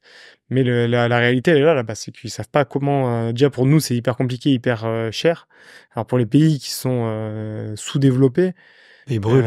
Ouais, ils brûlent. Faut être honnête, hein. Ouais, non, mais ça, ils brûlent. En général, ils brûlent tout ce qui est plastique, tout ce qui est déchets, ou alors ils y enterrent, ils y jettent à un endroit, tu vois, et ils savent pas trop quoi en faire, quoi. On se demandait avec, tu vois, Sophie Lavaux, elle me disait, c'est quoi le pire d'avoir 1 million de touristes dans les Alpes tous les ans, ou d'avoir 500 000 bonhommes qui essayent de grimper l'Everest tous les ans, tu vois. Dis à notre avis, c'est quoi le plus polluant, tu vois? Ah non, mais c'est incomparable. Le Mont Blanc et les Alpes, c'est 1000 fois plus pollué que l'Everest. L'Everest, c'est un symbole. Mais nous, on voit les clients qui viennent dans les Alpes, sur le Mont Blanc. Sur le Mont Blanc, je pense qu'il y a à peu près 200, 300 personnes qui doivent faire les grosses journées et 200, 300 personnes qui vont au sommet. Ouais. Donc, c'est l'équivalent de ce qu'il y a sur un an à l'Everest. et ces clients-là, ils viennent du monde entier. Tu vois, ils viennent du monde entier, donc il y en a 200, 300 qui viennent de partout dans la France, partout dans le monde, tous les jours pour faire le sommet, quasiment, et ça marche sur 4 mois, tu vois. Sur 4 mois, tu peux faire le sommet du Mont Blanc. Donc la pollution générée par les transports, elle est 10 fois pire. Les transports en hélico pour les refuges, la pollution qui est générée. Alors nous, on sait gérer les déchets, on sait entre guillemets, les recycler, les brûler comme il faut. Mais c'est plus caché, en fait, c'est dissimulé. Ouais. Et il y a énormément... C'est un peu hypocrite, tu vois. C'est un peu hypocrite, en vrai. Parce que quand on va à l'Everest, alors oui, c'est sûr qu'il y a un vol long courrier qui est inévitable.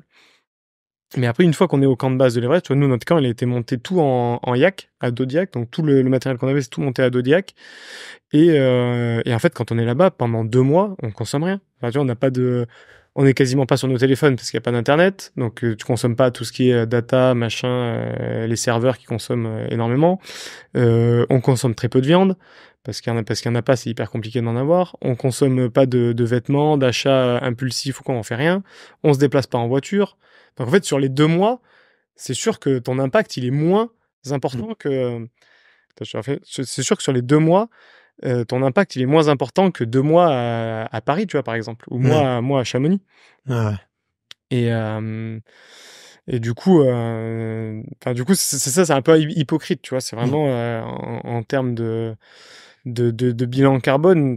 Alors c'est sûr que c'est pas neutre et que c'est quand même un voyage qui pollue, on va pas se le cacher. Et moi, j'avais même regardé avec Inox pour y aller en vélo, tu vois. Je m'étais dit, si on veut vraiment marquer le coup, tu vois, je vais étudier toutes les possibilités parce que moi, au train et tout, au début, jouable, je lui avais dit, l'Everest, en fait, quoi qu'il arrive, on va se faire critiquer. Je lui ai dit que tu y arrives, que tu y arrives pas. Je lui ai dit, pour moi, c'est une mauvaise idée, l'Everest. Tu vois, je lui ai dit vraiment, moi, j'aimerais bien qu'on fasse une autre montagne, en fait, presque. Je voulais l'emmener sur quelque chose d'autre, tu vois, un autre sommet. Un sommet, tu vois, plutôt à 6000 mètres, quelque chose de... Sans ox, du coup. Sans ox, sans corde fixe, où on laisse aucune trace, tu vois, vraiment en mode... Et je lui ai dit, ce serait bien de faire peut-être un sommet à 6000 vierge, tu vois. Comme ça, je lui ai dit, tu marques vraiment ton nom sur le truc, on peut lui donner un nom au sommet. On n'est pas dans... Il y a des sommets à 6000 qui sont encore vierges? Ouais, il y en a plein. Il y a plein de sommets à 6000, 7000 qui n'ont pas été gravés encore. Ah ouais? Ouais, en Himalaya, il y en a plein. Et du coup, je lui disais, ça serait hyper intéressant. Ce serait hyper intéressant, tu vois, de faire ça. Et puis pour pas être dans pas être suiveur, tu vois, de cette tendance, de cette trend, je lui dis, tu t'inscrirais dans quelque chose de nouveau. Et en fait, à partir du moment où on a enlevé le mot Everest du projet, où on voulait changer un peu il y a plus personne qui voulait financer. Tu vois, les sponsors, plus personne finançait, parce qu'en fait, tu veux faire une montagne, mais en fait, si c'est pas l'Everest, personne va en parler. Ouais. Donc, tout le monde voulait du sulfureux, en fait. C'est ça, un peu, tu vois. Donc, c'est un peu hypocrite aussi de la part des médias, de la part de tout le monde, tu vois. Et moi, j'avais un peu aussi à cœur quand on fait la Madablam, que lui, il se rende compte, tu vois, de type de clients ou de type de personnes qui grimpent ces montagnes. Souvent des personnes âgées, riches, tu vois, qui sont pas forcément le même état d'esprit que moi, je pouvais lui enseigner. Et que la montagne soit polluée, en fait. Et en fait, quand on fait la Madablam, il y a personne. On est 10 sur la montagne. Tout a été nettoyé. C'est le vrai himalayisme. Ouais, et tout a été nettoyé. Il y avait quasiment pas de déchets. Tu vois, même le camp 2 qui était réputé hyper sale, hyper pollué. En fait, tout a été nettoyé. C'est assez clean. Alors oui, il y a quelques petits déchets qui traînent, mais globalement, c'est hyper clean. Et le déclic que moi, j'espérais qu'il ait en faisant la Madablam, il n'a pas lieu. Et en fait, même moi, je me retrouve un peu piégé à mon truc. Je lui dis, tu verras la Madablam, peut-être ça va te dégoûter du truc, t'auras peut-être pas envie d'aller à l'Everest quand tu vas voir le type de personnes qui vont être là-haut, la pollution et tout. Et en fait, le camp de base, il est clean, les camps, ils sont clean, il y a personne sur la montagne. Donc, il y a plus de raison, il y a rien qui retient d'aller à l'Everest, tu vois. Et puis si on enlevait comme je dis, si on enlève le mot Everest du projet, plus personne ne nous finance le docu, quoi. Donc, c'est une situation paradoxale, subtile à entrevoir. Et effectivement, tu vois, sur le sujet du tourisme, Everest versus Mont Blanc, tu vois, je trouve que c'est un peu de la part des médias, c'est un peu taper, tu vois, justement sur l'image, tu vois, de la personne fortunée qui veut faire l'Everest. Effectivement, qui a zéro technique et qui a besoin d'un Sherpa pour pisser, tu vois. Et tu vois, c'est un peu taper sur c'est facile de taper en fait sur ce personnage-là, tu vois. Et c'est une façon de détourner le regard de son propre comportement aussi à soi. tu vois, Clairement, effectivement, clairement. En fait, nous, on fait pas mieux, Ouais. tu vois. Nous, on fait pas mieux, on fait même pire. Mais c'est juste qu'on est plus malin, on le fait de manière beaucoup plus dissimulée, en fait, dans les Alpes. Tu vois ce que je veux dire? C'est beaucoup plus caché, c'est moins impactant, tu vois, visuellement. Et puis, ça parle un peu moins, tu vois. Le Mont Blanc, ça a moins parlé aux Américains que aux Indiens. Alors que l'Everest, ça parle à tout le monde dans le monde entier. Tout le monde sait que c'est le plus haut sommet du monde. Et du coup, l'impact, il est énorme. Et moi, ce que je trouvais, c'est que quand t'es au camp de base de l'Everest, c'est un reflet du monde à échelle macro, tu vois. T'as les milliardaires qui côtoient les mecs qui sont ultra pauvres. Alors, c'est même pas les Sherpas, parce que les Sherpas, ils sont riches au Népal, tu vois. C'est une C'est communauté. les porteurs, non, qui C'est sont les porteurs, ouais, les porteurs qui sont de castes inférieurs. vraiment inférieures et qui, eux, pour le coup, ils sont, voilà, c'est vraiment ultra pauvres.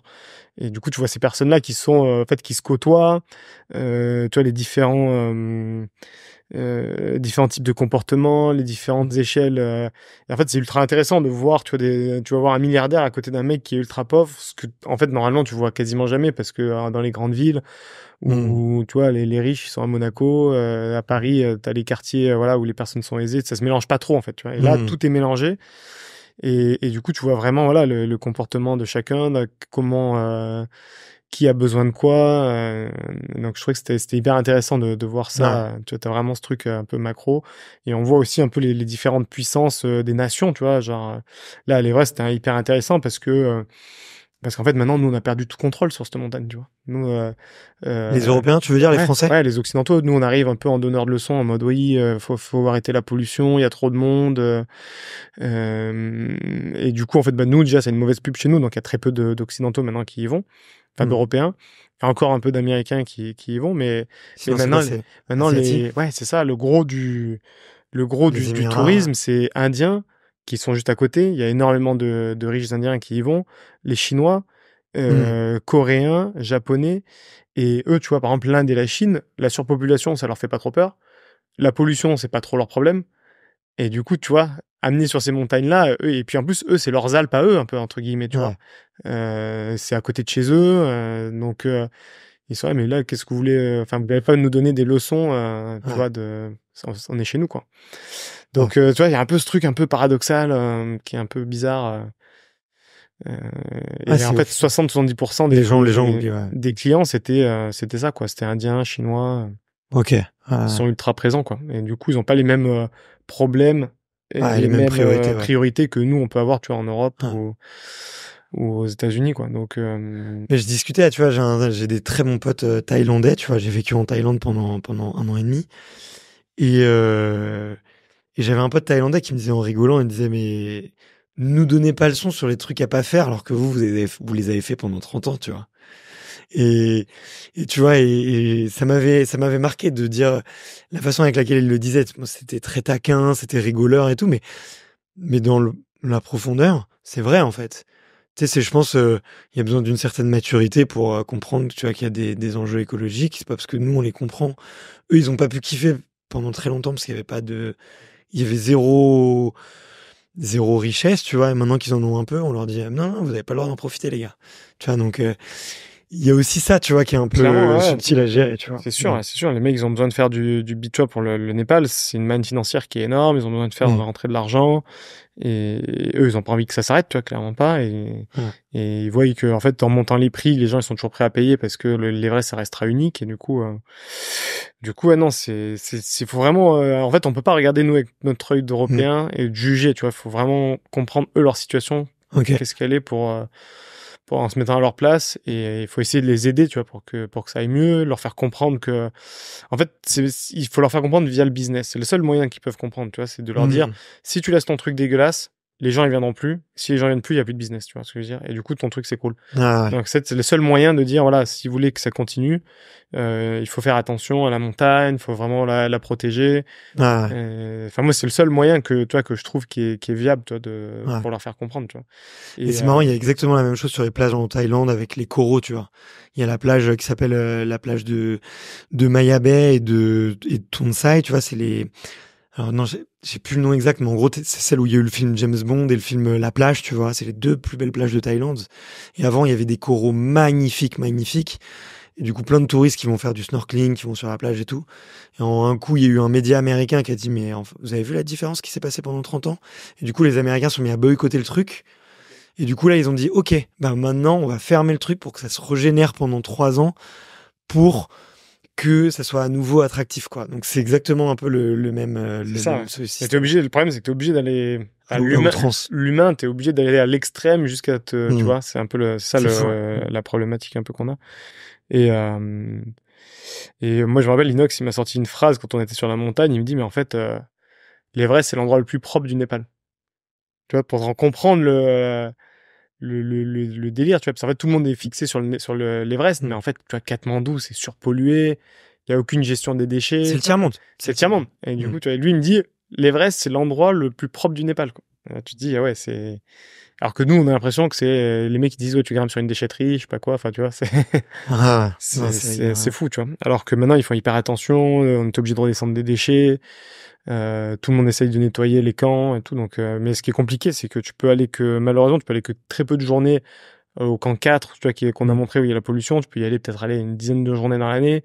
C'est à 8000 mètres, donc c'est compliqué. Chaque kilo là-haut, c'est énorme à redescendre. Et en fait, ce qui se passe, c'est qu'il y a beaucoup de pollution qui est pas volontaire, en fait. Alors, je dis pas qu'il y en a pas, hein. Il y a forcément des mecs qui ont laissé des déchets de manière, et nous, on l'a vu d'ailleurs en live, hein. On voit des mecs qui partent, ils ont laissé plein de déchets. Mais en fait, c'est même pas les Occidentaux, tu vois, c'est les Sherpas, tu vois, les Sherpas, ou des porteurs, tu vois, qui ont, pour pas redescendre les déchets, pour pas les porter parce que les clients ils veulent pas les porter. Les mecs ils laissent tout sur place et ils disent ouais c'est bon, avec le vent ça part en Chine et c'est bon, tu vois. C'est un peu ça la démarche qu'ils ont eu pendant longtemps, je pense, tu vois. Même les bouteilles d'oxygène à une époque ils les jetaient de l'autre côté de la montagne et quand elle était vide ils la jetaient et c'était fini, quoi. Alors maintenant ça marche plus parce que voilà, les bouteilles d'oxygène elles sont en carbone, elles coûtent hyper cher, donc ils redescendent tout, mais tu vois à une période ça marchait comme ça. Et en fait, aussi, ce qui se passe énormément, c'est que ces camps qui sont exposés aux avalanches, au vent hyper violent, bah, des fois, peut-être au mois de mai, début du mois de mai, le 10 mai, tu vas poser une tente au camp 3, au camp 4, avec du matériel. Tu vas laisser des bouteilles d'oxygène, tu vas laisser de la bouffe, des bouteilles de gaz, peut-être des duvets. Et en fait, s'il y a une tempête entre le 10 mai et le moment où toi, tu veux faire le sommet, putain, bah ouais, tout se fait arracher, ça explose de partout. Tu retrouves des déchets, toi, en fait, toute la zone sur 50 mètres, la tente, elle s'est déchirée en 1000 morceaux. Et après, c'est pris par la neige. Si tu enlèves pas tout de suite, en général, tu peux pas l'enlever tout de suite parce que les mecs, ils veulent faire le sommet. Donc, après, tout s'est pris dans la glace. Donc, ça prend 1000 ans à enlever. Et ça, depuis 30-40 ans qu'il y a des expéditions qui mettent les tentes au même endroit. Et que chaque année, il y a des tentes qui se font piéger avec du matériel qui se fait piéger. Et c'est pris dans la glace et du coup ça fait des zones, en fait, tous les camps on voit les images, hein, qui sont pollués, on voit ces tentes qui sont éclatées. Ouais. Et parce qu'en fait ça prend trop de temps à les enlever. Donc chaque année ils dépolluent parce qu'il y a aussi un peu une fonte, le glacier il bouge, donc il y a des déchets qu'ils arrivent à récupérer et à descendre. Mais globalement c'est très compliqué, ouais. Donc okay. Donc il y a aussi cette problématique là aussi qu'il faut comprendre, tu vois, s'il n'y a pas des refuges comme chez nous, construits en dur, et tu mets des tentes au même endroit. Tout ce qui va bien. Ouais. Tu vois, nous, un coup, là, quand on était au camp 2, il y a eu une tempête, il y a eu 10 tentes qui se sont envolées, parce qu'il y a eu du vent à 150 km/h, et du coup, les tentes, elles s'arrachent, elles se déchirent en 1000 morceaux, et ça en fout de partout. Ouais.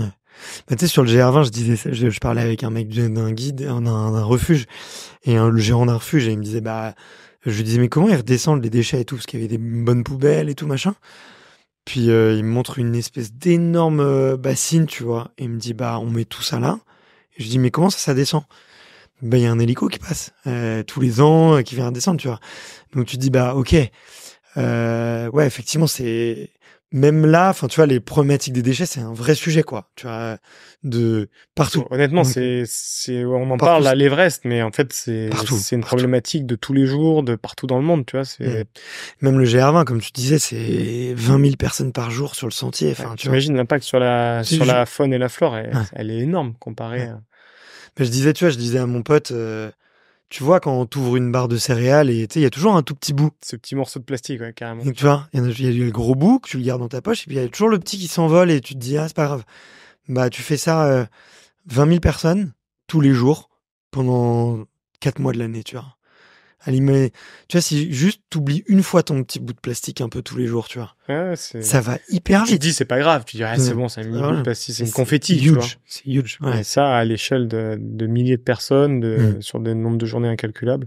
Ouais. Donc non, c'est pour ça que aussi chaque petit geste compte et que nous, en fait, en tout cas moi, à travers Inox et à travers le documentaire, on voulait aussi, on a été méga transparent, tu vois, sur ce qu'on a vu là-haut, sur nos moyens de transport, tu vois, on se fait déposer en hélicoptère à Lukla, parce qu'en fait l'avion il volait pas à ce moment-là, donc on est obligé de se déplacer en hélicoptère. Alors, en fait, pour chez nous, ça nous paraît quelque chose d'aberrant. Oui, ils ont pris l'hélicoptère. Ici, c'est réservé aux riches. Tu vois, il y a personne qui prend l'hélicoptère en France. Et en fait, là-bas, c'est un moyen de transport lambda. Tous les gens qui vont faire du trek dans ces zones-là, tout le monde prend l'hélicoptère, tu vois. Et au final, ça consomme sûrement moins que de prendre la voiture parce qu'il n'y a pas vraiment de route. T'es obligé de prendre. Moi, une fois, j'ai fait le même chemin en voiture. Ça nous a pris 2 jours avec un 4x4 qui est pourri, qui consomme de malade, qui rejette une fumée noire de fou. Donc, tu te dis, tu vois, au final, c'est pas de mieux et de moins bien, tu vois, mais bien sûr, c'est dur de faire le trade-off. C'est dur de juger, tu vois, en voyant les images. Mais nous, on avait vraiment à cœur, en tout cas, de montrer des belles images, d'être transparent dans ce qu'on faisait. Et en fait, on pouvait pas traiter, tu vois, l'écologie non plus dans le documentaire. Enfin, pas à juste titre, parce qu'à partir du moment que certains l'auraient voulu. Ouais, voilà, tu vois, on les entend, les critiques. Moi, je les ai vues. Et en fait, les critiques, elles étaient hyper constructives pour nous aussi, parce que pour nous aider à faire le meilleur documentaire possible. Mais l'écologie, à partir du moment où tu vas à l'autre bout du monde, que tu prends un vol long courrier, les mecs, ils nous auraient défoncé, tu vois. Donc, à partir du moment en fait, c'est ça aussi un peu le problème des fois que je reproche dans les écolos qui sont hyper actifs, c'est que il y a jamais rien qui va, tu vois. Et je comprends, et c'est sûr que ça va pas, mais tu peux pas t'arrêter de vivre non plus, tu vois. On essaie de faire passer des messages qui sont plus forts et qui vont encourager les gens à aller dans la bonne direction, tu vois. Mais là, nous, on n'était pas cohérents dans ce qu'on faisait, tu vois. On allait à l'autre bout du monde en avion, et derrière, même si on y serait allé en vélo, et c'était pas possible d'y aller en vélo, j'ai regardé, il y a des conflits armés partout. T'as l'Ukraine, la Turquie, Iran, Afghanistan, c'était impossible, tu vois. Enfin, c'était très compliqué et très dangereux. Et donc, on est obligé de prendre l'avion. Et le bateau, ça consomme encore pire. Et même si on y serait allé en vélo, entre guillemets, les mecs, ils nous auraient dit, oui, mais de faire 20 millions de vues sur YouTube, ça consomme X tonnes avec les serveurs. Non, il y aurait toujours eu un truc. Donc, tu vois, il y a toujours quelque chose. Et des fois, je trouve que c'est ça un peu la problématique dans laquelle on est aujourd'hui, c'est tu vois, que tout le monde critique tout le temps sur ça va jamais. Alors que quand il y a des choses qui vont dans le bon sens, il faut quand même, tu vois, les souligner. Et parce qu'en fait, à force de faire ça, on écœure les gens. Tu vois, les gens, ils ont plus envie de faire d'efforts. Tu vois, à force de dire ça va jamais. Oui, mais tu portes un t-shirt Nike, ça va pas parce que. En fait, j'ai découvert aussi dans ce projet que tout est sujet polémique. Tu vois, tout est une polémique. Tu vois. Tu manges de la viande, ça va pas. Tu prends la voiture, ça va pas. Tu prends une voiture électrique, ça va pas non plus. Tu prends, tu vois ce que je veux dire. Tu te fais tacler tout le temps. Tout est à sujet à polémique, tu vois. Donc c'est compliqué. Ça doit être usant. Ça c'est usant. Faire attention à tout le temps, tu vois. Je pense à un mec comme Inox, il est méga regardé et vous avez les épaules solides, hein, parce que franchement. C'était sûr, comme tu l'as dit, c'était sûr que ça se produit, qu'il y a des critiques et tout, quoi. Bon, on a déjà fait 2h10. Alors, je sais que vous faites du long, mais faut essayons de conclure un peu, tu vois, sur des choses un peu positives. Mais, t'as des trucs après, là? Faut pas que je te libère, mais pas d'heure, mais, T'inquiète, c'est bon. Mais merci en tout cas, franchement trop cool parce que là on refait le monde, tu vas hyper loin dans le détail, on comprend grave bien, donc j'espère qu'on passe les bons messages. Toi, donc l'acclimatation, elle dure votre voyage là-bas en tout, vous faites 2 mois à peu près? C'est ça, on fait 8 semaines, ouais. 8 semaines. Combien de temps donc il y a les 10-12 jours pour rejoindre à pied le camp de base, c'est ça? C'est ça, ouais. Il y a 12 jours. Nous, on a fait un peu des petits détours, tu vois, pour faire des petites sommets d'acclimatation, des petites montées. Ok.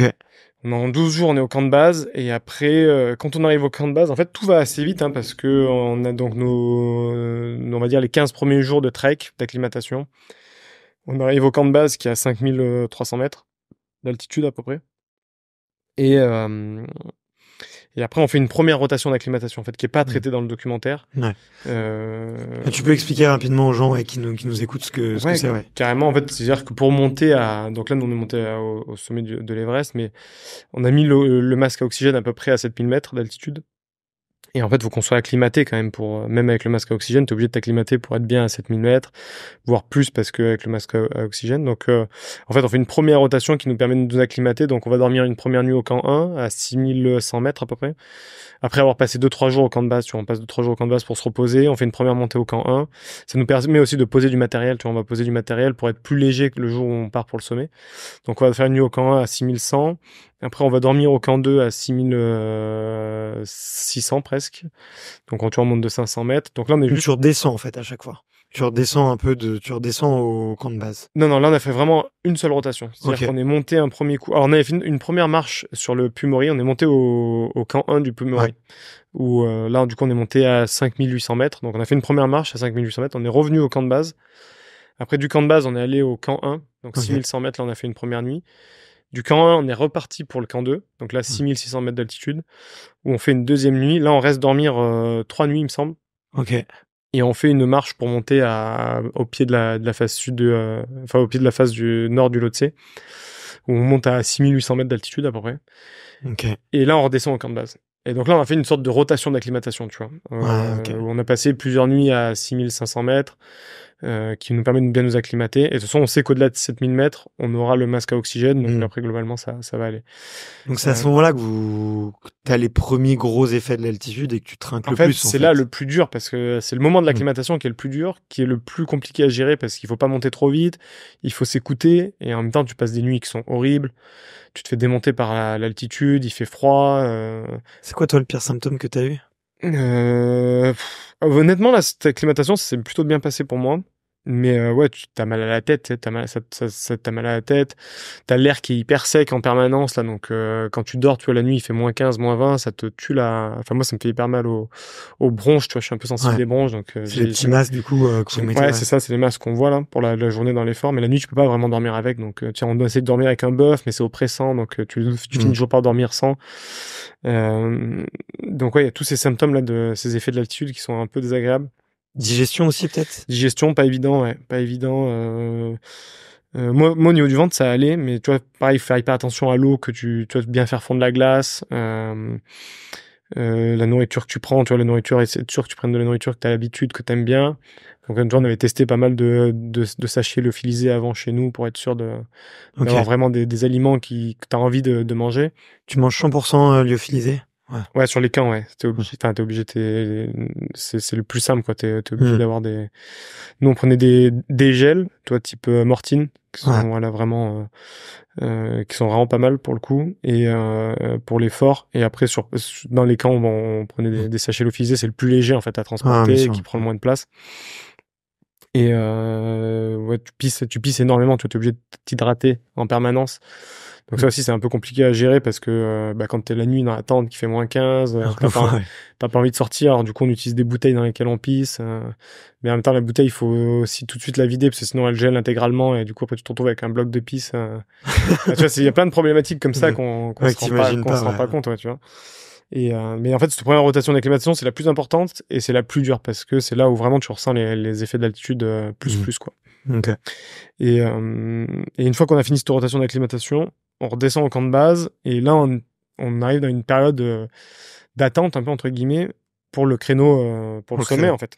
Ok. Et parce que le moment, je me souviens plus exactement en termes de temps, l'ascension jusqu'au sommet, vous avez pris combien de temps pour faire camp de base, camp 1, camp 2, camp 3? Nous, ça nous a pris 7 jours en tout.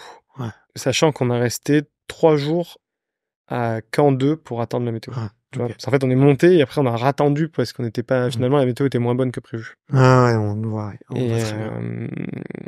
Et du coup, nous, en fait, quand tu redescends de ta rotation d'acclimatation, l'idéal, c'est d'avoir 3-4 jours de repos au camp de base et boum, de repartir. Tu vois, ça, c'est l'idéal parce que t'as une bonne adaptation à l'altitude et en même temps, t'es pas trop fatigué. Enfin, t'as eu le temps de te remettre.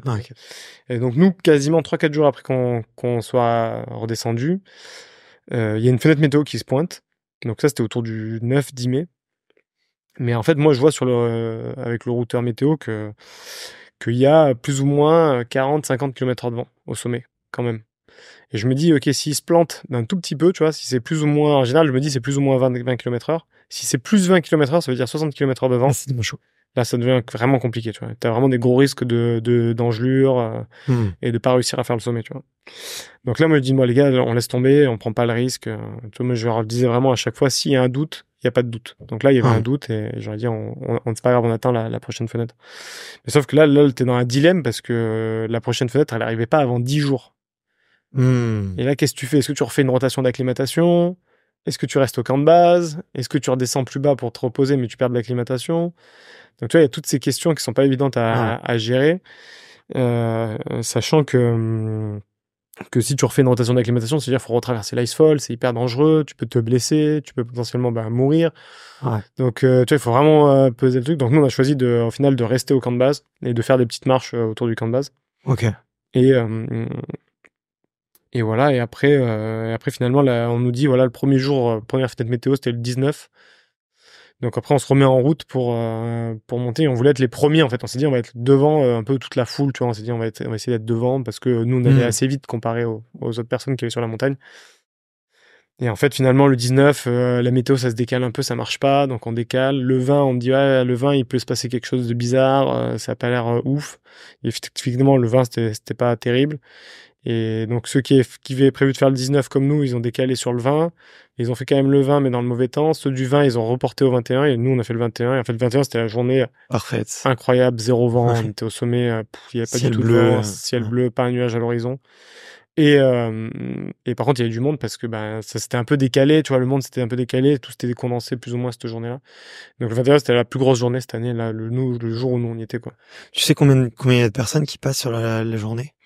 Je crois qu'on était une centaine, je crois, sur la journée. Donc c'est pas énorme, mais le problème c'est que tout le monde y va en même temps, quoi. Tout le monde passe au même moment. C'est aux mêmes horaires, tu parles. Ouais. Et en fait, nous, tu vois, on était tellement rapide par rapport on va dire à la moyenne des personnes qui escaladaient l'Everest que quand on dort à camp 4, on arrive en début d'après-midi, on se repose dans la tente et vers 5-6 heures du soir, on voit déjà des mecs qui partent pour le sommet.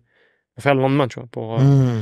Et nous, en fait, on se dit, mais si nous, on part maintenant pour être devant eux, on va faire le sommet à 3 heures du matin, tu vois. À 2 heures du matin. Pour le film, ouais, tu vois, il nous faut des images, il faut qu'il fasse jour.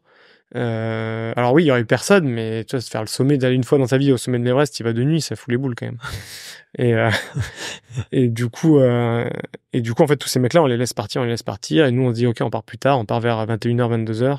Et en fait, rapidement, vers minuit, on rattrape le train, en fait, tu vois. Et du coup, on vient à buter derrière ce troupeau de, je sais pas, il y a peut-être 80 mecs. Et le problème, c'est que quand eux, ils font tous le sommet, quand ils sont dans la redescente, nous, on part pour le. En fait, et on tu arrive te croises et c'est comme ça que on se croise, tu vois. Et souvent, les premières personnes qui sont parties hyper tôt, c'est les personnes les moins aguerris entre guillemets parce qu'ils sont partis hyper tôt pour être sûrs d'arriver au bon moment. Ils sont claqués, quoi. Ils sont claqués, ils sont techniquement moins forts. Et nous, on les croise quand eux ils redescendent, donc au pire moment, c'est-à-dire que ils ont la pression du sommet qui vient de redescendre, ils sont moins, ils sont, tu vois, au plus haut, donc c'est l'endroit qui est quand même le plus exténuant, au lever du jour, donc t'as tout un tas de facteurs qui fait que ça se croise et que ça crée des embouteillages.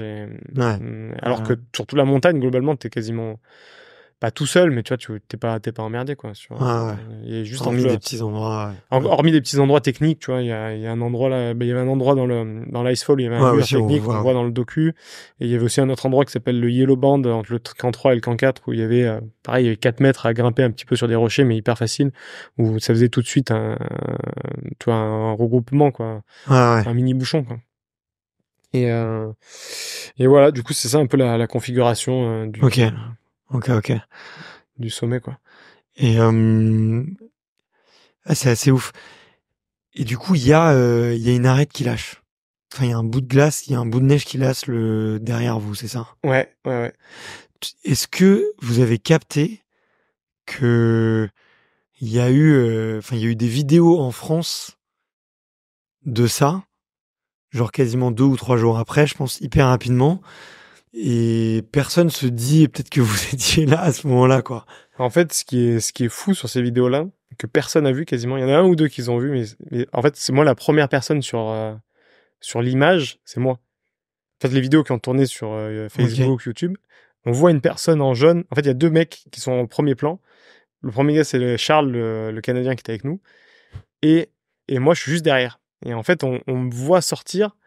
On voit un peu mon épaule où j'avais mon petit drapeau français et mon écusson de guide. Mais il y a très peu de personnes qui l'ont vu. Alors que, tu vois, ça aurait pu spoil tout le documentaire. Et parce que, tu vois, à ce moment-là, nous, on communiquait pas du tout sur la réussite ou pas. Et du coup, c'est assez ouf parce que ouais, ces images-là, elles ont tourné partout, ils les ont mis à TF1. Et en fait, Inox, il est dans le plan, tu vois. Et moi, je suis au premier plan du truc, tu vois. Et il y a personne qui a vu. Très peu de personnes. Il y a quelques personnes qui l'ont vu. On a vu sur TikTok, mais globalement, très peu de personnes ont remarqué. Et en fait, ouais, quand on redescend, là, on voit cette corniche qui a pété. On est au courant, tu vois, assez rapidement. Mais bon, tu vois, la communication, elle est compliquée entre les Sherpas, les mecs qui parlent pas très bien anglais. On a les masques, il y a un peu l'euphorie. Moi, ouais, les mecs sont tombés. Je dis oui, ils sont tombés, mais ils sont tombés avec tu vois, ils sont clippés à la corde. Je me dis, ouais, c'est pas grave. Oui, ça fait peur, mais t'es clippé à la corde, tu vois. Je me dis pas, il y a des morts ou quoi, tu vois. Et en fait, ce qui s'est passé, c'est qu'il y a un Sherpa avec un client qui a voulu doubler la queue. Et en fait, il a doublé du côté de la corniche, donc du côté où la lèvre, elle pend dans le vide. Et en fait, ça s'est tout effondré, quoi. Et eux, ils étaient pas, lui et son client, ils étaient pas attachés, a priori. Et donc, ceux qui étaient sur la corde, ils sont tombés. Donc, eux, je pense, ils ont eu la peur de leur vie, mais ils étaient retenus par la corde. Donc, ils sont tombés, mais ils sont retenus par la corde. Et les 2 qui étaient sur la lèvre un peu plus loin, ils sont tombés dans le vide. Mais ça, nous, on l'a pas su. On l'a su que, en fait, on l'a su même que en arrivant à Katmandou, presque. Parce qu'ils avaient dit, ouais, il y a 2 personnes qui manquent, mais personne ne savait vraiment. En fait, vu que ça faisait un peu un regroupement de personnes, quand c'est tombé, personne n'a vraiment su qui était là, qui était plus là. Tu vois ce que je veux dire? Ils ont pas, toi, personne ne savait vraiment. Et il y avait donc. C'était plus lucide, hein, même si c'est sous oxygène. Personne n'est trop lucide. Quand même, et en fait, vu que ce Sherpa-là, il était avec son client, et qu'ils n'étaient pas avec une autre équipe ou quoi, ils étaient tous les deux. Personne s'est inquiété pour eux. Enfin, tu vois, sur le moment, toi, tu regardes si tes potes ils sont là, tous les Sherpas ils sont là, donc tu dis ok, tout le monde est là et ça a l'air d'aller, tu vois. Ouais. Et en fait, ces gars-là, enfin, a priori, ce gars-là avec son Sherpa, ils étaient juste en solo. Ils ont été au sommet et ils ont jamais redonné de nouvelles au sommet sud, tu vois. Alors que normalement, tu donnes au sommet sud. Enfin, en fait, t'es en contact avec ton camp de base et tu dis ok, on vient d'arriver au sommet sud. Après, tu fais le sommet, tu dis ok, on arrive au sommet. Tu repasses au sommet sud, tu dis ok, tout va bien. Et puis après, tu refais des calls comme ça, en fait, à chaque point un peu. Et eux, ils ont jamais refait de call au sommet sud, donc ils ont disparu. Donc en fait, on doute qu'ils sont tombés dans la face au moment où la corniche, elle s'est effondrée. Ok.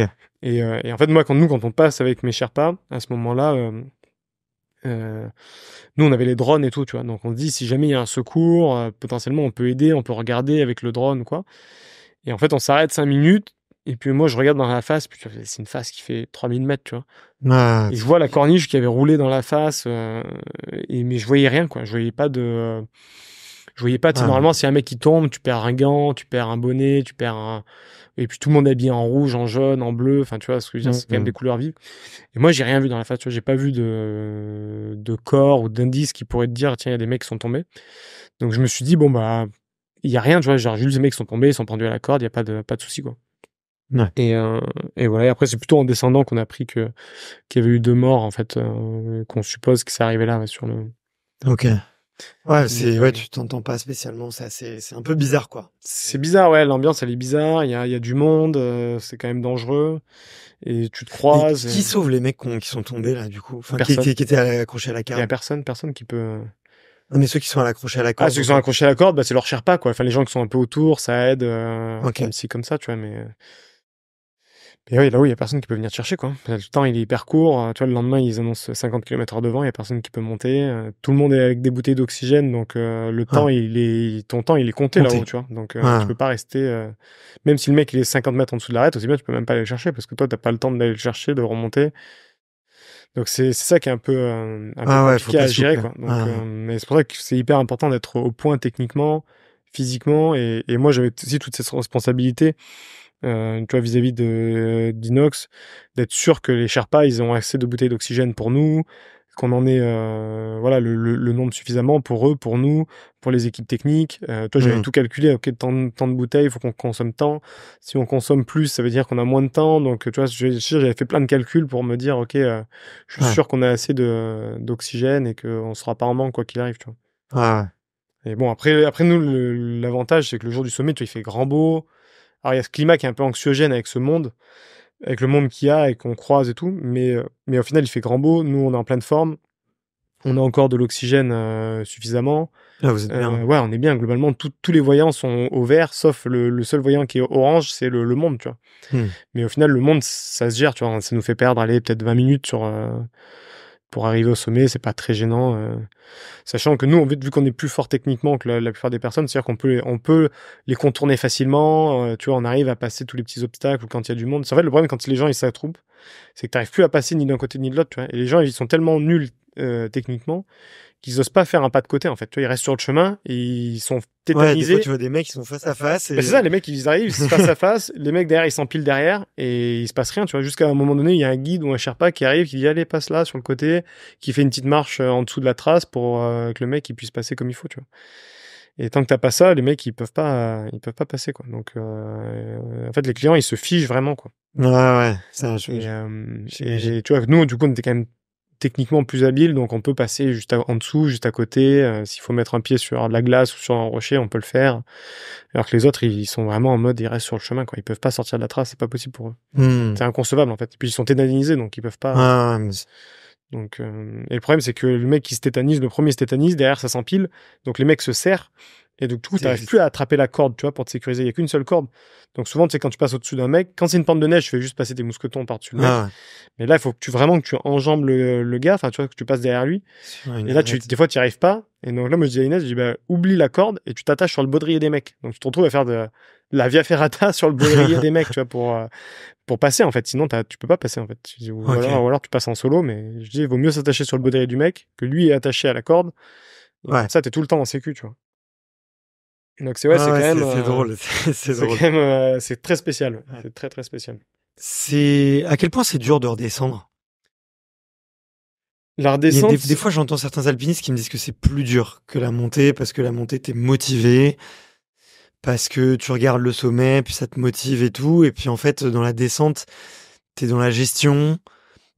Tu peux avoir la peur du vide, tu peux avoir une course contre le temps vis-à-vis de l'oxygène. Tu t'es fatigué, tu vois, et souvent on le voit beaucoup moins, tu vois, dans les films, et vous avez fait le choix d'ailleurs éditorial là aussi. Comment ça s'est passé, vous, la redescente? Nous, la redescente, ça s'est plutôt bien passé. En fait, souvent, tu mets tout au point pour être aux bonnes heures et au bon moment pour faire le sommet. Et la descente, c'est un peu plus aléatoire, c'est-à-dire que si t'as perdu un peu de temps ou quoi, donc tu passes pas forcément aux horaires idéaux pour en termes de sécurité à la redescente. Et nous, en fait, quand on redescend, donc on redescend assez rapidement au camp 4, à 8000 mètres. Donc je crois qu'à vers midi, on est au camp 4, on se repose, on se réalimente un coup, on mange un bout. Donc ça fait quoi, en 3-4 heures, vous êtes au camp 4? Tu redescends au camp 4? Ouais, en 3-4 heures, tu redescends au camp 4, ouais. Je crois que 4 heures, ça nous a pris. Et là, donc là, on refait de l'eau, tu vois, on fait bouillir de l'eau, on se réalimente un coup, on se repose un petit coup, on fait une micro-sieste. Et on se dit, bah ok, on descend, quoi. Enfin, on continue à descendre, sachant que c'est quasiment... Enfin, toi, t'es en non-stop depuis... parce qu'en fait, le soir, nous, on part à 21h pour le sommet. Donc, toi, ça fait que t'es en non-stop depuis le jour d'avant où tu t'es levé à 5h du mat, tu vois. Ouais. Donc, t'es quand même bien claqué. Et puis là, on descend toute la face du Lhotse. Et je dis, bah ok, on descend jusqu'à camp 2, qu'on n'ait plus besoin on n'est plus dépendant de l'oxygène. Parce que si t'as le masque à oxygène sur la gueule tout le temps, tu vois. Pour dormir, pour manger, tu vois, tu manges, tu lèves, tac, tac, tac, c'est un peu chiant. Ouais. Et donc je lui dis, bah, si physiquement t'es bien, que ça va, on s'alimente un bon coup, et puis on redescend jusqu'au camp 2, quoi. D'une crête, et comme ça, à camp 2, on peut enlever le masque à oxygène, on est plus bas, on est un peu sorti des problèmes, quoi. Et donc Inox s'alimente, tout va bien, il me dit ok, c'est bon, je le sens, on descend jusqu'au camp 2. Et là, les Sherpas, eux, ils décident de descendre tout le matériel, tu vois, pour pas remonter chercher du matériel plus tard. Donc eux, ils se chargent vraiment, tu vois, en fait, on descend tout le matos qu'on a monté sur un mois, en fait. Enfin, tu vois, eux, ils ont déjà fait plusieurs allers-retours, les bouteilles d'oxygène et tout. Donc moi, pareil, on se charge à fond pour descendre du camp 4 parce qu'on veut vraiment rien laisser là-haut et que eux, ils veulent pas y remonter, tu vois, pour aller chercher le matériel. Donc on se dit, ok, c'est bon, on prend tout, on tank. Moi, je leur dis, ouais, il fait quel poids ton sac à ce moment-là? Bah là, on est à 20 kilos, hein, entre 20 et 25 kilos, donc c'est quand même vraiment lourd. Et les Sherpas, ils prennent 40 kilos, tu vois. Il y en a un, là, il avait presque 50 kilos. J'arrive même pas à porter le sac comme ça. Même eux, ils étaient obligés de le mettre sur le dos, tu vois, pour. Ouais. Donc là, ouais, C'est des machines de guerre, franchement. C'est lunaire. C'est vraiment des machines. Et c'est pour ça que nous, on était infiniment reconnaissants, tu vois, envers le travail qu'ils ont fait. On a vraiment tout fait pour les mettre dans les meilleures conditions possibles, tu vois. Moi, je les ai équipés de la tête aux pieds avec le meilleur matériel possible. 50 kilos, putain. Ouais, non, c'est des machines. Les mecs, c'est des machines. Fait bien de le dire, tu vois. Je suis pas sûr que les clients coréens ou, enfin, non, quoi, j'en sais rien, on va pas citer de nationalité, mais je suis pas sûr que tout le monde le fasse, tu vois. De citer la qualité de leur exploit, quoi. Ah ouais, non, mais nous, enfin voilà, en tout cas, tout c'était hyper transparent. Les Sherpas, on les a invités en France, mais nous, on les a vraiment voulu les mettre dans les meilleures dispositions. On leur a amené voilà, moi, on leur a donné tous des tenues himalayennes toutes neuves de nos partenaires. Voilà, on les a mis vraiment dans les bonnes conditions. On les a traités vraiment d'égal à égal. On dit, ouais, on veut les mêmes tentes que vous. On veut que vous ayez assez d'oxygène. Enfin, on voulait vraiment pas faire l'impasse sur l'oxygène pour eux. Qu'ils en aient suffisamment pour que eux ils soient bien. Il y a des gens qui font ça? Ouais, en fait, pour réduire le coût, ils prennent le minimum de bouteilles d'oxygène pour leur Sherpa. Ouais. Et pas de sécurité, quoi. Ouais, voilà, en gros, il y a pas de, c'est ça. Il y a pas de bouteilles supplémentaires et du coup, des fois, s'il leur manque des bouteilles d'oxygène ou s'ils en ont consommé plus que prévu, ça fait qu'il y a des Sherpas qui vont peut-être pas monter, tu vois. Ou ils vont dire au caméraman, toi, tu montes pas, il y a pas assez d'oxygène, tu vois. Donc, ou ils en piquent. Ouais, voilà. Du coup, donc, nous, j'avais dit, si vous avez besoin, j'aurais dit, si vous avez besoin de plus de bouteilles d'oxygène, il n'y a pas de problème, on paye pour que vous soyez vraiment confort, il n'y a pas de, tu vois, en mode, je veux pas que tu les achètes où, les bouteilles d'oxygène? Ça, c'est avec l'agence. En gros, c'est l'agence avec qui je traitais, je leur dis, lui, il me dit, voilà, je sais pas, le nombre standard de bouteilles d'oxygène pour un Sherpa, j'en sais rien, c'est 4, tu vois, par exemple. Et je lui dis, si voilà, mettons 5, 6, et au moins, on est tranquille, tu vois.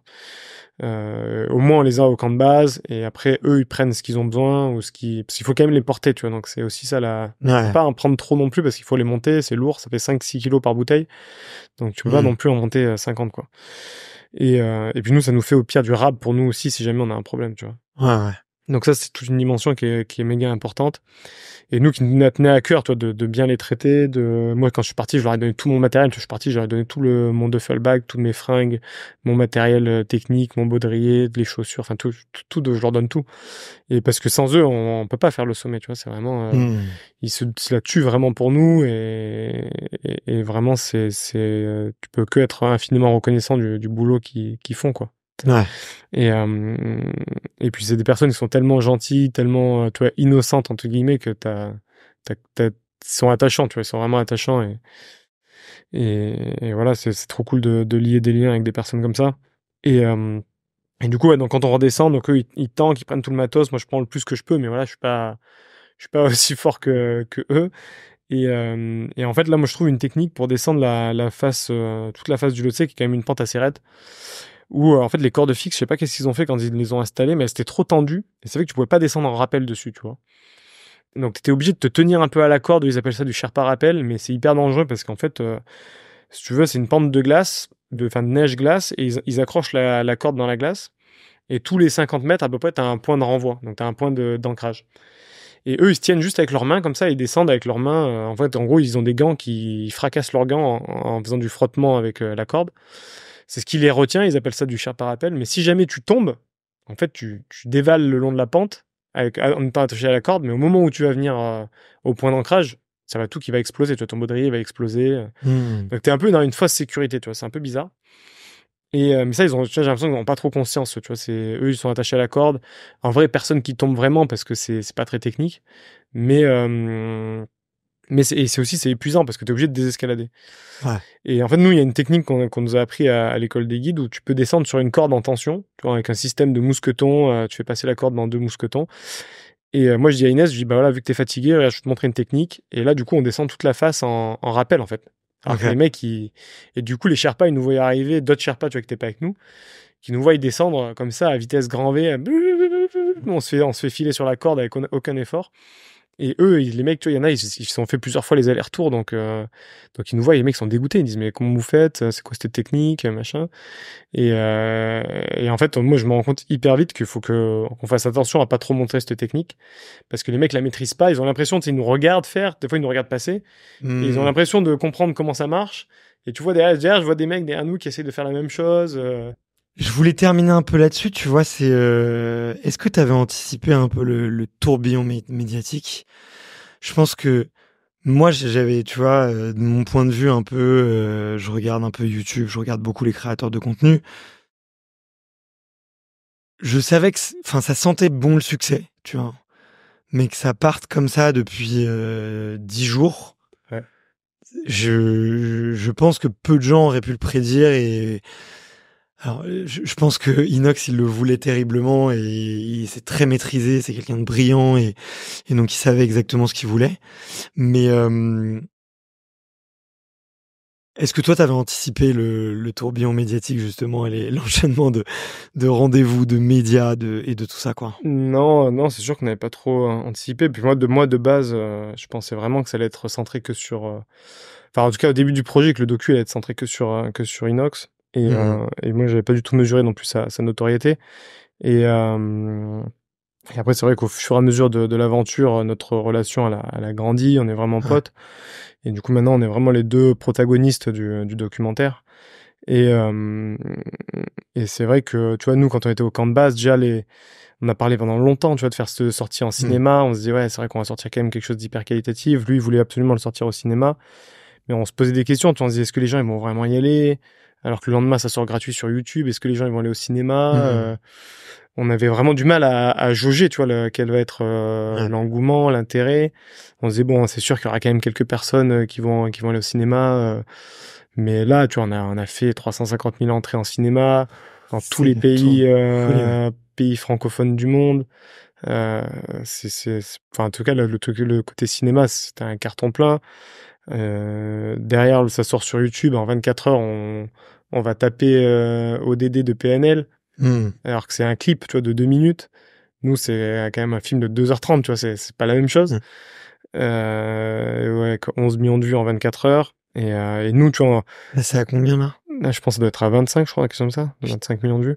Et, Ça a cassé YouTube. et à l'époque, on misait sur, tu vois, quand on en parlait, parce qu'on, tu vois, on pensait un peu à tout à rien quand t'es au camp de base pendant 10 jours à rien faire.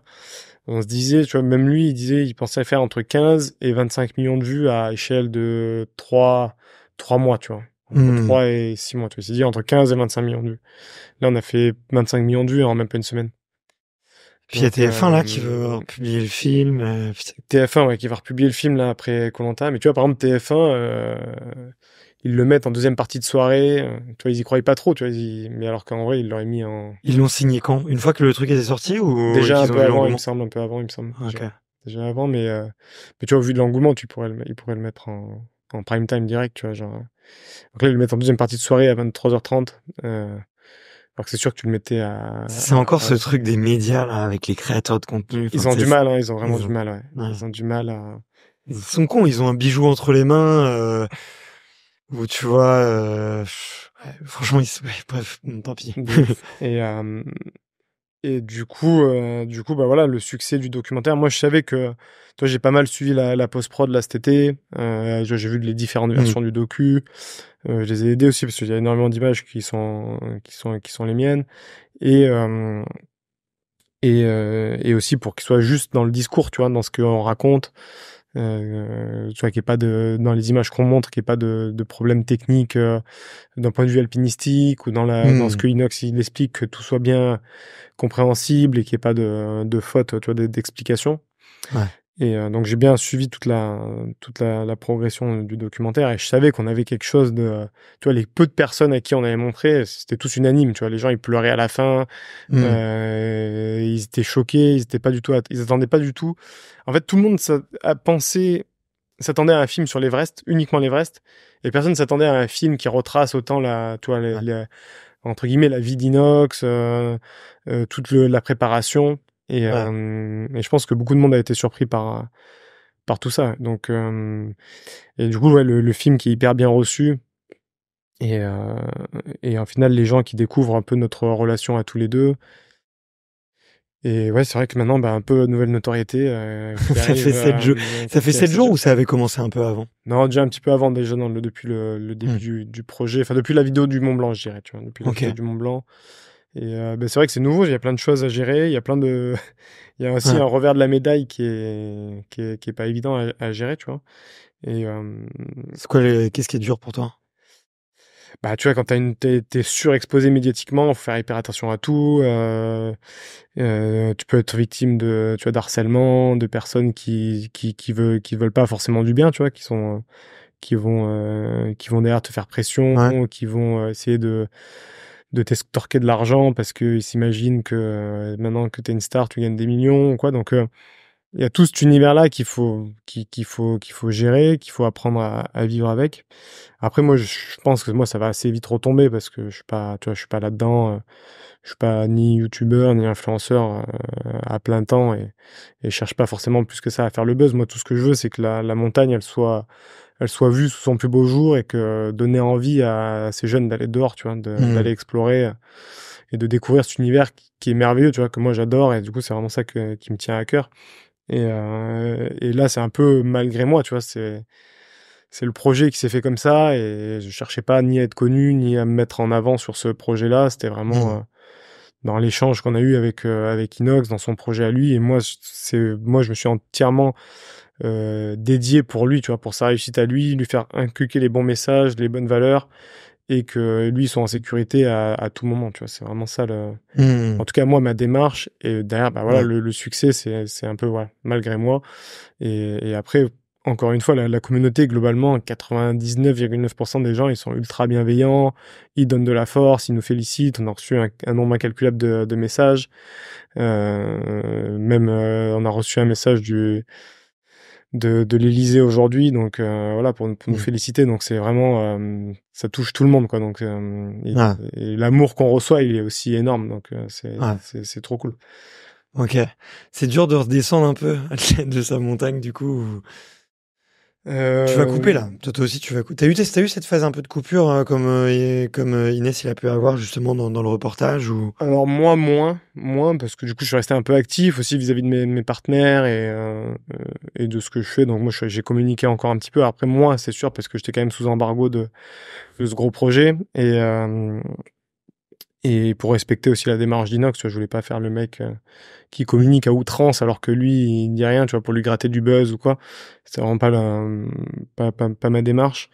Mais vu que moi j'étais pas non plus dans ce truc où je me coupe des réseaux, Ouais. moi j'essaie vraiment de faire par parcimonie, tu vois, vraiment j'essaie d'y aller de manière très ponctuelle, enfin très éclair quoi on va dire. Hmm. Et bah c'est sûr que ces derniers temps on y est un peu plus parce qu'on regarde un peu ce qui se passe, l'engouement, c'est nouveau. Hmm. Mais, euh, mais ouais, c'est intéressant en tout cas de voir tout ce qui se passe autour de ce documentaire et tout l'énergie, enfin, de voir qu'il est bien reçu, tu vois. On n'avait pas Ouais. trop de doutes, mais au final, c'est encore plus que ce qu'on espérait. Ouais. Et en vrai, tant mieux pour la montagne, tant mieux pour Inox qu'il ait réussi son pari. Parce que j'avais un peu l'impression que tu vois, les gens qui l'aiment pas, comme les gens qui l'aiment, c'est un peu comme un combat de boxe. Tu vois. Ceux qui l'aiment pas, Hmm. ils avaient envie de le voir échouer. Et ceux qui Hmm. l'aiment, ils voulaient le voir réussir. Et donc tout le monde est allé voir au final. Ouais. Et c'est ça aussi qui est trop fort, c'est que bah, ceux qui l'aimaient pas forcément ou qui en attendaient rien, de regarder le documentaire et les mecs ils ont pris une tarte incroyable, tu vois, et sur la montagne et sur lui, les valeurs qu'il va transmettre, son exploit à son échelle aussi, tu vois, Hmm. qui est énorme. Donc moi il y a plein de mecs qui m'ont envoyé des messages en mode ouais ça leur remet en question leur vie sur qu'est-ce qu'ils font, tu Ouais, vois, il y a un message. c'était un vrai message quand même. Et quand tu vois la Ouais. détermination d'Inox pour y arriver, pour se donner les moyens de faire son projet, tu te dis ah ouais, est-ce que moi je me donne assez les moyens pour faire mes projets Ouais. Quand tu vois d'où il part, c'est bah sûr. ouais, c'est ça, c'est ultra inspirant. Et même moi, il m'a changé énormément, tu vois, dans ma façon d'être et de penser, tu vois, Hmm. de voir ce jeune que tout le monde le critique, lui dit ouais, tu vas pas y arriver, et qui, tu vois, il lâche rien, il dit non, c'est pas grave, moi je m'en fous, j'y vais, je suis là pour apprendre. Tu vois, c'est vrai que des fois on se met des barrières. Tu vois, même moi des fois je me mettais des barrières. Je me disais non, mais si je fais ça, je vais peut-être être critiqué, ou il y a quelqu'un qui va dire dans ton entourage non, mais tu n'y arriveras pas, ou ça va pas le faire, ou c'est trop risqué. Et en fait, au final, tu vois, lui, il te prouve alors faut pas faire n'importe quoi, mais il te prouve que si tu te donnes les moyens et que tu fais les choses dans l'ordre, tu peux y arriver, quoi. Ah, bien sûr. Donc ouais, c'est intéressant. Quand on a gravi la plus haute montagne du monde, quand on a fait un des plus beaux films d'alpinisme de l'histoire, tu vois, pour moi c'est un des plus beaux, en tout cas, il rentre dans l'histoire largement. Quand tu casses YouTube, quand tu fais ce type de projet-là, c'est un projet qui dure 1 an, que tu fais grimper un touriste complet à quelqu'un qui vraiment se passionne pour la montagne, tu vois, je pense que c'est authentique, j'espère que ce l'est. Carrément. En tout cas, c'est ce que je ressens. Qu'est-ce que finalement t'as fait un peu la mission un peu ultime du guide de haute montagne, tu vois? C'est quoi les rêves après? C'est quoi les projets après? Bah là, moi, c'est vrai que déjà Inox, moi, enfin là, je suis trop content parce qu'il a trop envie de continuer à faire de la montagne. Tu vois, il y a des sommets ou des courses dont je lui ai parlé pendant la préparation qu'on n'avait pas pu faire. Et du coup, il a trop envie tu vois, d'aller les faire maintenant. Donc, tu vois, il a vraiment cette volonté et ce besoin de continuer à faire du sport et à aussi faire de la montagne. Donc, c'est trop cool. Et puis, c'est vrai que quand on redescend de l'Everest, là, moi, cet été, j'étais un peu dans une phase de dépression. Tu vois, tu te dis, bon, ben, t'as un peu l'impression d'avoir fini le game, tu vois, même. Et pareil pour la photo de montagne, tu vois, tu te dis, bah, t'as fait des images qui claquent sur l'Everest, conditions parfaites, et tu réussis à faire le sommet. On reste 1 heure au sommet, il fait grand beau, il y a pas de vent. Bon, ben, t'as un peu l'impression d'avoir fini fin du game, quoi, fin du jeu. Tu dis, c'est quoi le prochain truc, quoi. Et là, pour le moment, j'avoue que j'ai besoin un peu de temps pour retrouver une motivation et retrouver des nouveaux projets qui me motivent vraiment sur, tu vois, le temps de se poser un peu, de voir aussi peut-être les opportunités qui s'offrent à moi. Et, et voilà, c'est vrai que de quelque part, j'ai une chance incroyable d'avoir déjà accompli un peu mes rêves les plus fous, tu vois. Et que ce soit en photo, en vidéo, en guide, et même, tu vois, grâce à Inox, j'ai rencontré plein de stars du milieu de tous horizons, tu vois, des rappeurs, des youtubeurs, Des acteurs, des acteurs, enfin voilà, des plein de businessmen aussi. Ouais, donc tu vois, au final, c'est un peu un rêve qui est accompli, un de plus, et là j'ai besoin de temps pour le digérer, en tout cas. Ok. Bon, bah, tu m'as dit que tu allais partir un petit mois, grimper un peu, te poser. Ça va te faire du bien. À la fin normalement, de toutes mes interviews, la toute dernière question que je pose, c'est toujours qui est-ce que tu me recommandes d'aller interviewer? Bon, Inox, on le fera un jour, c'est sûr, mais c'est peut-être un peu tôt et puis c'est pas le bon moment. Mais de la team là, avec qui des gens qui sont partis avec vous, qui ont été un peu impliqués dans le monde dans le projet et tout, à différents moments. D'ailleurs, ça peut être tôt ou tard. Avec qui tu me recommandes d'avoir une discussion pour parler entraînement, passion de la montagne, alpi,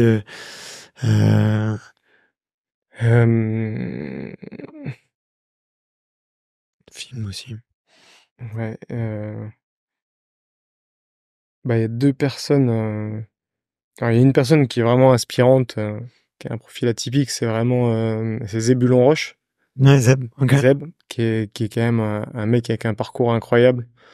Donc c'est la personne avec qui on a fait le Mont Blanc en parapente, qui a réussi à faire le K2 là en parapente cet été, donc performance incroyable. Et lui, il a vraiment une vie atypique, son enfance. Je crois que c'est le plus jeune, c'est pas le plus jeune français à avoir gravi le Mont Blanc ou un truc comme ça. Alors l'Everest, ouais. Le plus jeune français à avoir gravi l'Everest. Avec son père, je crois que c'était alors l'autre jour, il m'a dit qu'il était le 7e ou le 8e français à avoir fait l'Everest. Ok. Tu vois, donc dans les années 90, lui, il avait 16 ans, je crois, il avait même pas 18 ans. Et 16 piges avec son père. Et après, ça a été le premier Français à décoller en biplace de l'Everest. Ouais. Avec sa femme. Lui, il avait fait les Seven Summits avec sa femme, donc vraiment. Ouais, c'est un mec qui a eu un parcours de dingue. C'est Liv Sansos, sa femme. Et là, maintenant, il est avec Liv Sansos, ouais. Ouais, ok. Donc ils ont décollé ensemble là, du K2. Et après, non, si tu veux aussi interviewer quelqu'un qui peut être très drôle, qui a une histoire particulière, donc on parle très peu dans le documentaire et qui fait une apparition très remarquée, c'est Charles Page, qui est le Canadien qui s'est greffé à nous sur l'expédition. Et pour te spoiler un tout petit peu, c'est que en fait lui, il s'est fait lâcher par le guide avec qui il devait partir. Ok. Et en fait, c'est un guide que je connaissais qui me dit, ah, machin, finalement, bon, bref, il y a une embrouille. Et il me dit, est-ce que tu peux prendre en charge ce gars-là? Et puis moi, au début, je le connaissais pas du tout. Moi, ça me fait rajouter quelqu'un, tu vois, à ma charge. Je dis, non, mais moi, je suis déjà avec Inox, ça me suffit, tu vois, j'ai pas besoin de gérer plus de monde. Et au final, ce gars, on le croise sur le trek, tu vois, d'acclimatation. Et en fait, on s'entend hyper bien. Moi, je comprends, voilà, ce gars est un peu dans la détresse parce qu'il se retrouve tout seul, juste livré un peu à lui-même avec un Sherpa. Et moi, enfin, voilà, je lui dis, bah, écoute, moi, avec plaisir si on peut t'apporter, si on peut rester avec toi. Au début, avec beaucoup de méfiance et de distance, parce que moi, mon objectif principal, c'est la protection de mon client, d'Inox, que lui, son projet, il se passe bien. Et que moi, il faut pas que je m'éparpille, tu vois, il faut vraiment que je reste focalisé sur ça. Et au final, le gars, en fait, il bénéficie de la même logistique que nous, donc la même agence. Et en fait, hyper rapidement, je dis non, mais c'est bon, tu vas manger avec nous dans la même tente, tu vas pas être tout seul dans ta tente, dans ton coin. Et donc lui, en fait, donc il parle français, c'est un Québécois. Et en fait, il nous fait mourir de rire à tout le temps de nous raconter ses histoires. Il a 36 ans, donc il est un peu une génération un peu plus vieille que nous. Et lui, il se retrouve avec Inox Tag, qu'il avait aucune idée de qui était ce mec et qui hallucine, tu vois, de qui il est, de ce qu'il fait, de la démarche du projet et tout. Et du coup, c'est vraiment, enfin, je pense que ça peut être un point de vue assez intéressant à avoir parce que c'est un personnage que du coup on présente pas dans le documentaire, mais qui est quand même un pur gars et qui est intéressant aussi à rencontrer, je pense. Ouais, bah, il m'a bien fait rire. Il m'a bien fait rire. Et j'imagine que vous aussi. Merci beaucoup, Mathis. On a fait 2h54. Je crois que c'est un record sur Extraterrien. On avait fait 2h45, donc là on est pas mal du tout.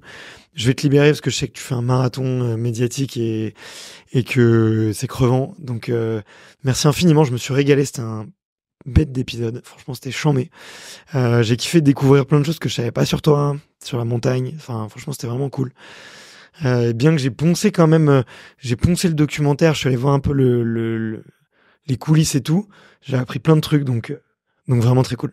Bah, trop bien. Merci à toi de m'avoir reçu et bon courage au monteur. Ciao.